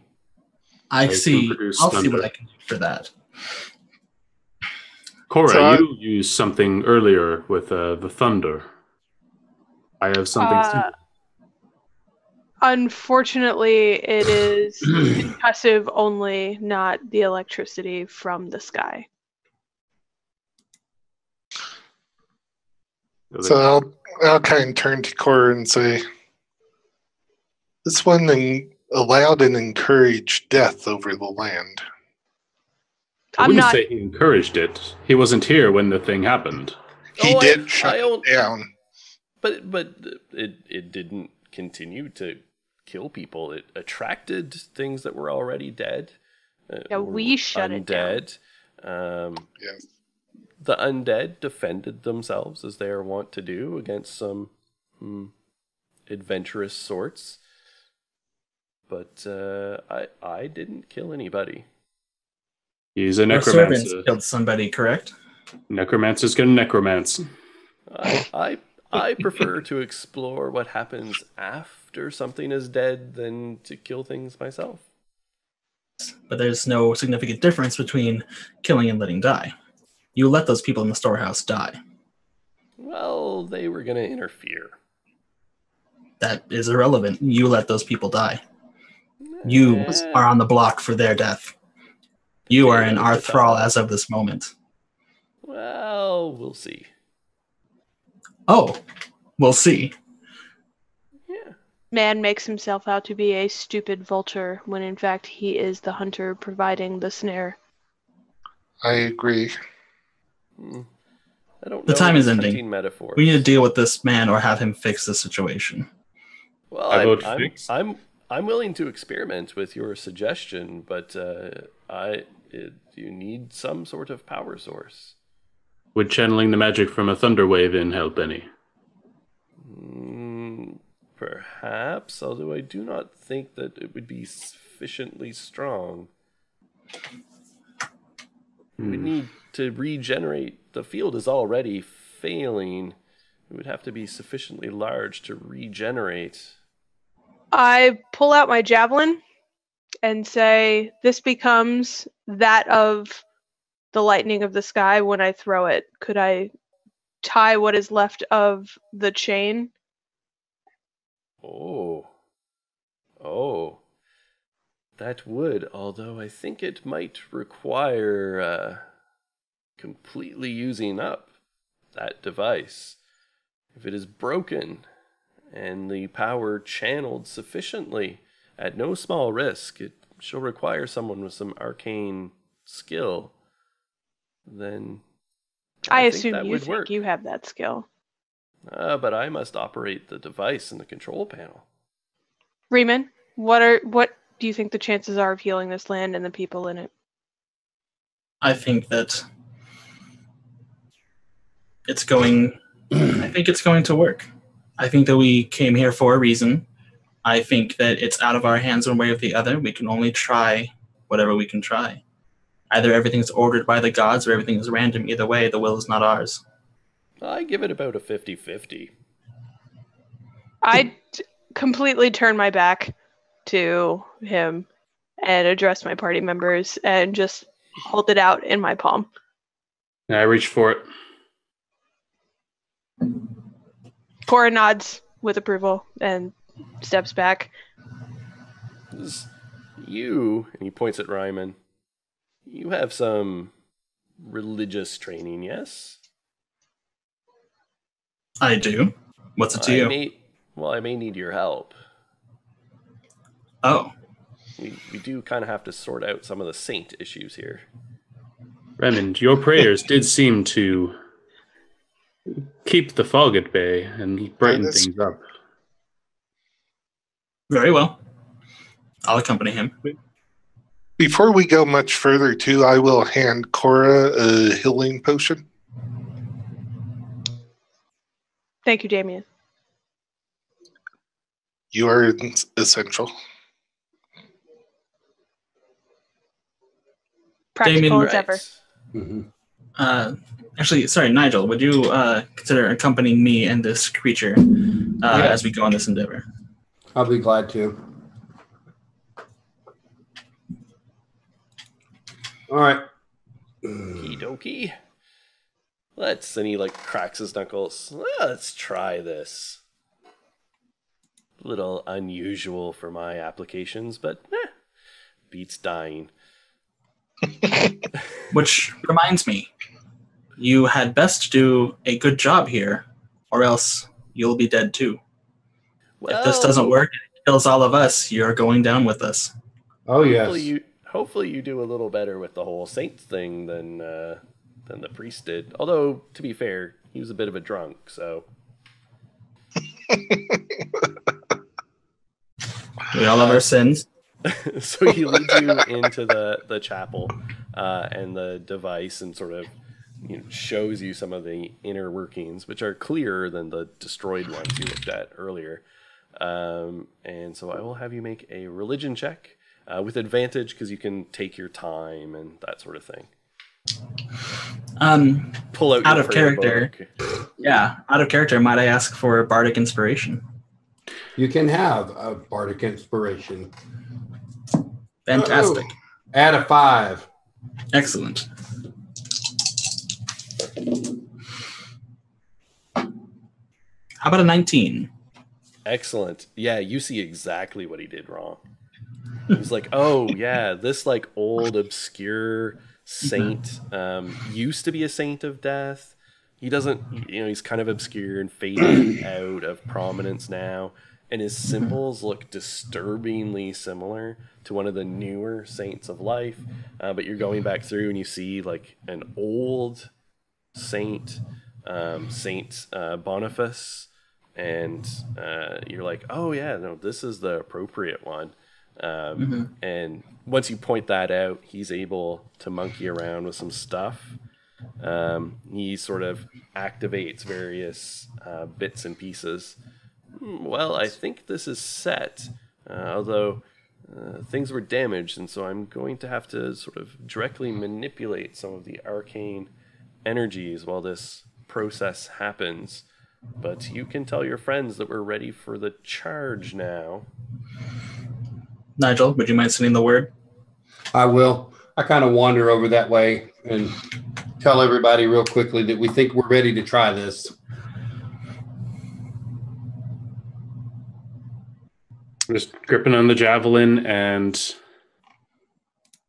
I don't actually know what I'm supposed to do here.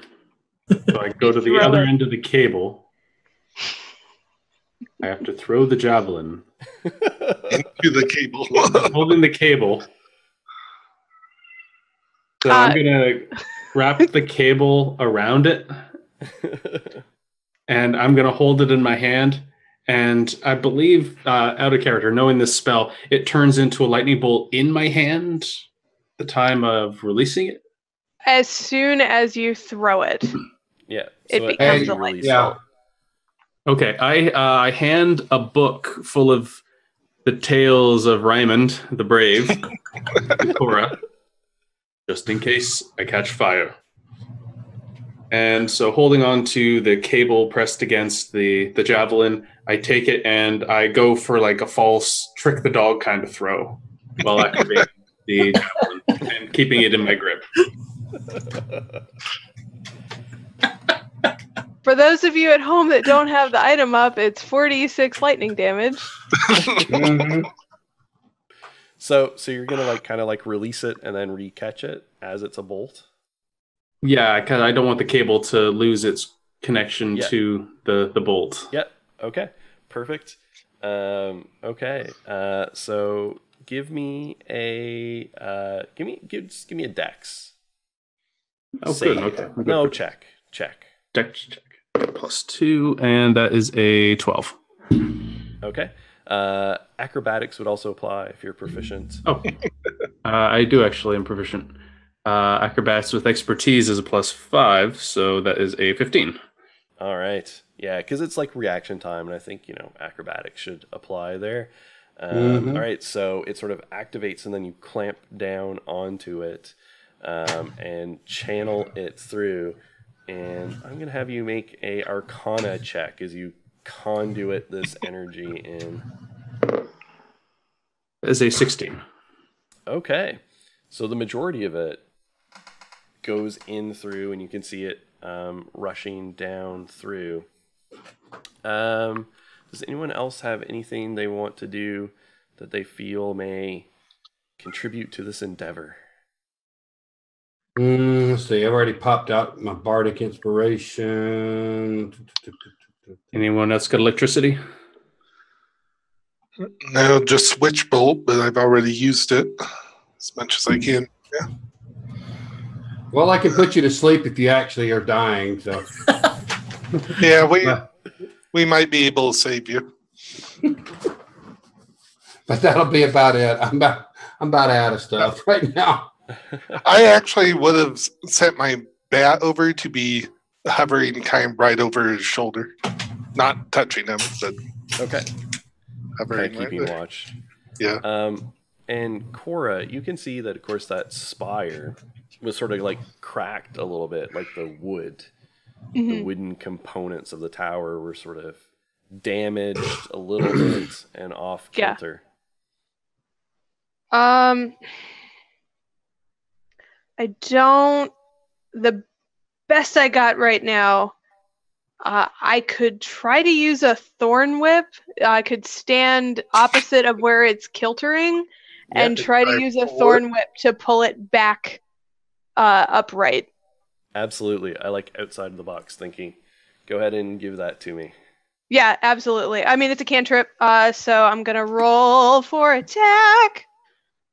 That really suck if I'd miss, guys, huh? Ooh, It's probably more shouldn't have said that. degrees of success than anything. Yeah, that is definitely gonna be a solid 8. All right, 8s are a thing. #hateful8. I mean, you wrap the thorn whip around it. It's not that hard to get a hold of it. So it's more about degrees of success and how good you are at wrestling it upright. And this, energy surge charges through and then hits, and you can see it surging kind of up the pole as it activates the runes on each of these bands that go across it as it ripples upwards and then lashes out. How much did you say the damage on that bolt was? It's 4d6.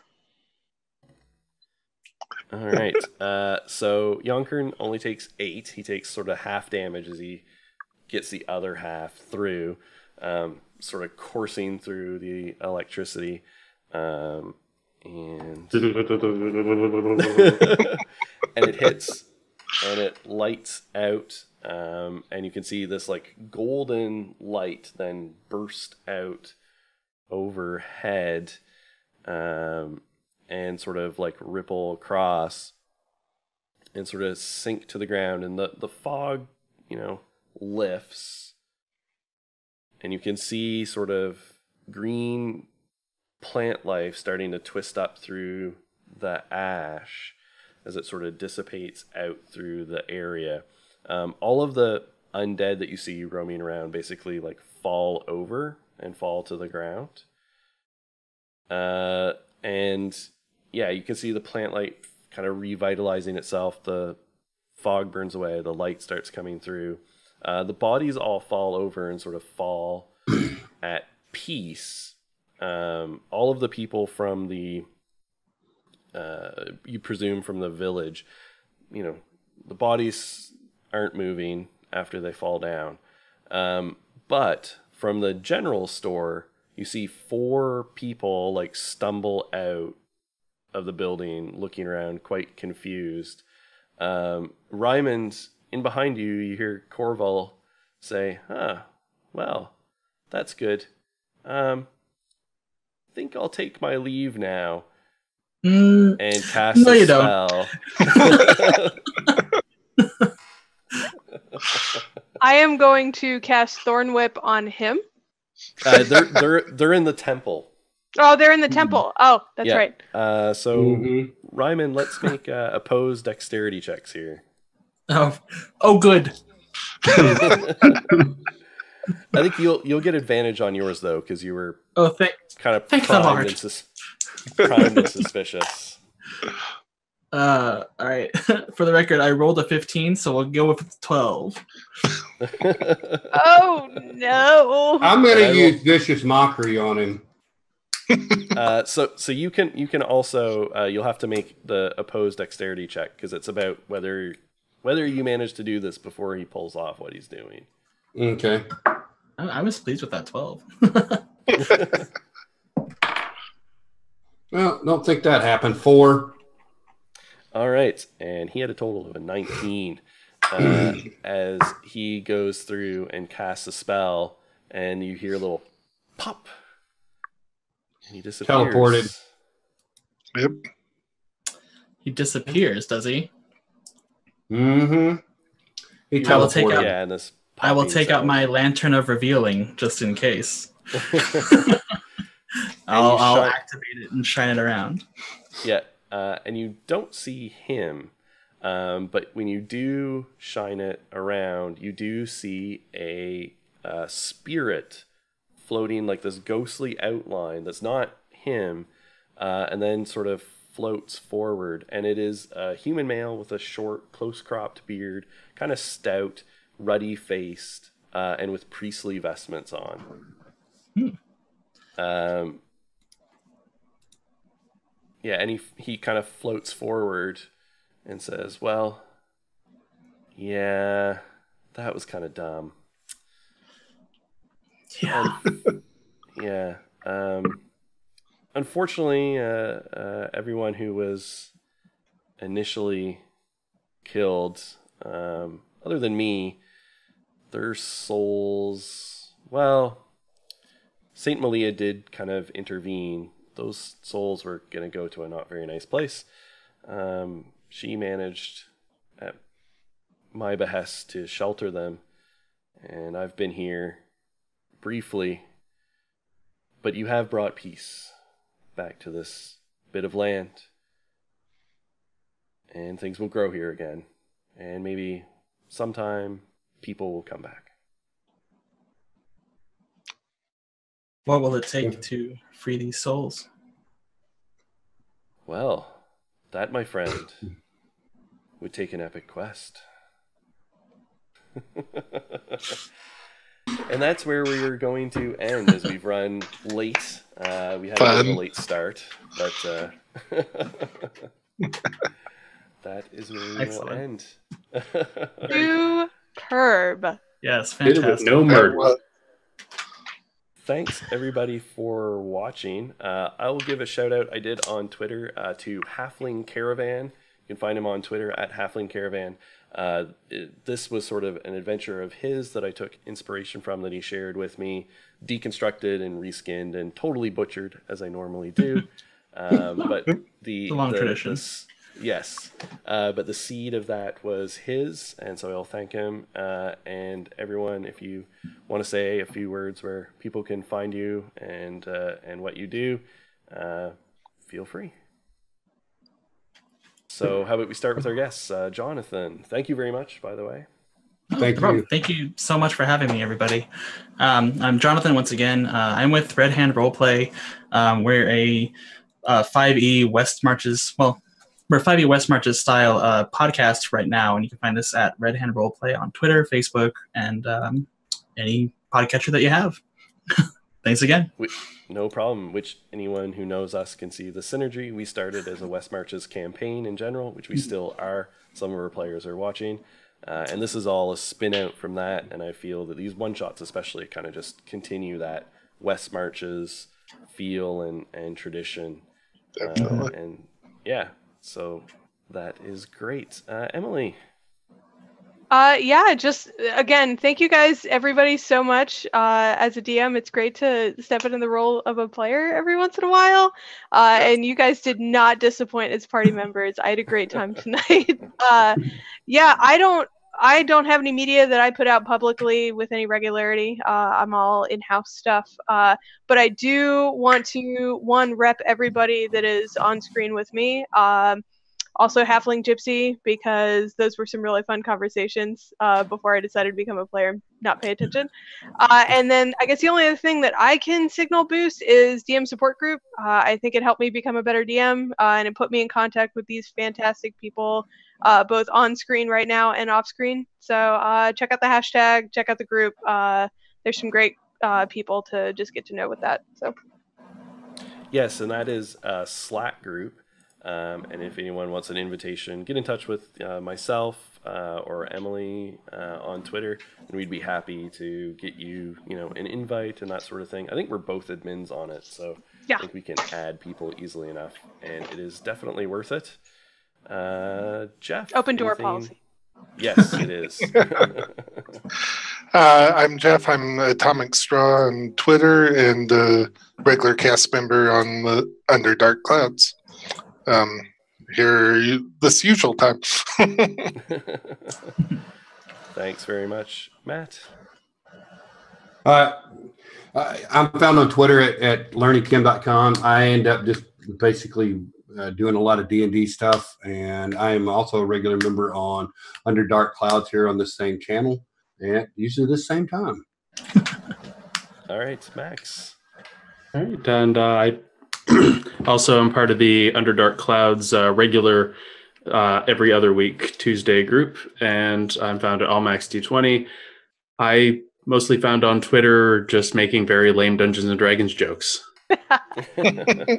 Which is why I started following you. Yeah. And at some point in the near future, I'm actually going to be, for Mermaid, running a mermaid campaign. Dan gets to play for a change. Gonna have... he's the only dude who's playing. So we're doing a little switch up from the 4 guys, 1 girl to the other way around, which I think is going to be kind of fun. I haven't DM'd for a bigger group in a while. I've got to figure out how to do that under the sea. Yeah, and Max, there's one thing you forgot to mention, and that is Yonkern and Raymond coming this fall to NBC. Yes, the buddy comedy. That's going to be kind of interesting. They get an apartment in New York and they're struggling because they're on the 5th floor and they don't have a working elevator. Right. Yeah, and you're too tall for all the doorposts, but you gotta like carry Yeah. me. Yeah. Yeah, we're kind of got to live in one of those 400 square foot apartments, but together. Mhm. So it's the bunk beds. It's a really awkward situation, but hilarity. Hilarity for Yonkern. everybody. You trip over the halberd every day. I know. There's no good place to put it. They don't think of that. Sometimes when we go out drinking and I come back, I just kind of forget what I'm vomiting from. So sometimes it's vomit, sometimes it's acid breath. Which is really awkward when I'm holding back your hair. Exactly. It's tentacle hair too, and I don't want that falling in. Yeah, it's no good. Anyway, thanks for joining us, guys. I'm really enjoying these one-shots playing with new people all the time. Yeah. Thanks for coming on. You both were I appreciate you. Yeah. Thank you. Yes, absolutely. And I'll just add, yes, we will most likely be doing a mermaid one shot at some point before the end of the month. So stay tuned on Twitter, either at Variant Rolls, at MadSciDM, at AllMaxD20. You can follow any of us, and we'll be tweeting about it. And chances are, near the end of the month and probably running into June, we have a loose plan with Taryn, who was in our last Fae one-shot, to do a 3-parter with Dead in the West, which was a kickstarted game forthcoming in December. It's currently in alpha test. I think we're sort of in discussions about how to do that and how to make that happen. So it's not guaranteed yet, but hopefully that will happen. So that should be interesting. Nothing like a Western. Play in the Mythic West. Yeah. All right. I'm going to be a singing cowboy. Expect nothing less. Well, thanks everybody for joining us. The players are always the ones who make this awesome. I sit back and just watch the fun as much as the rest of you. And thanks everybody for watching, and we will catch you again soon. Good night, y'all.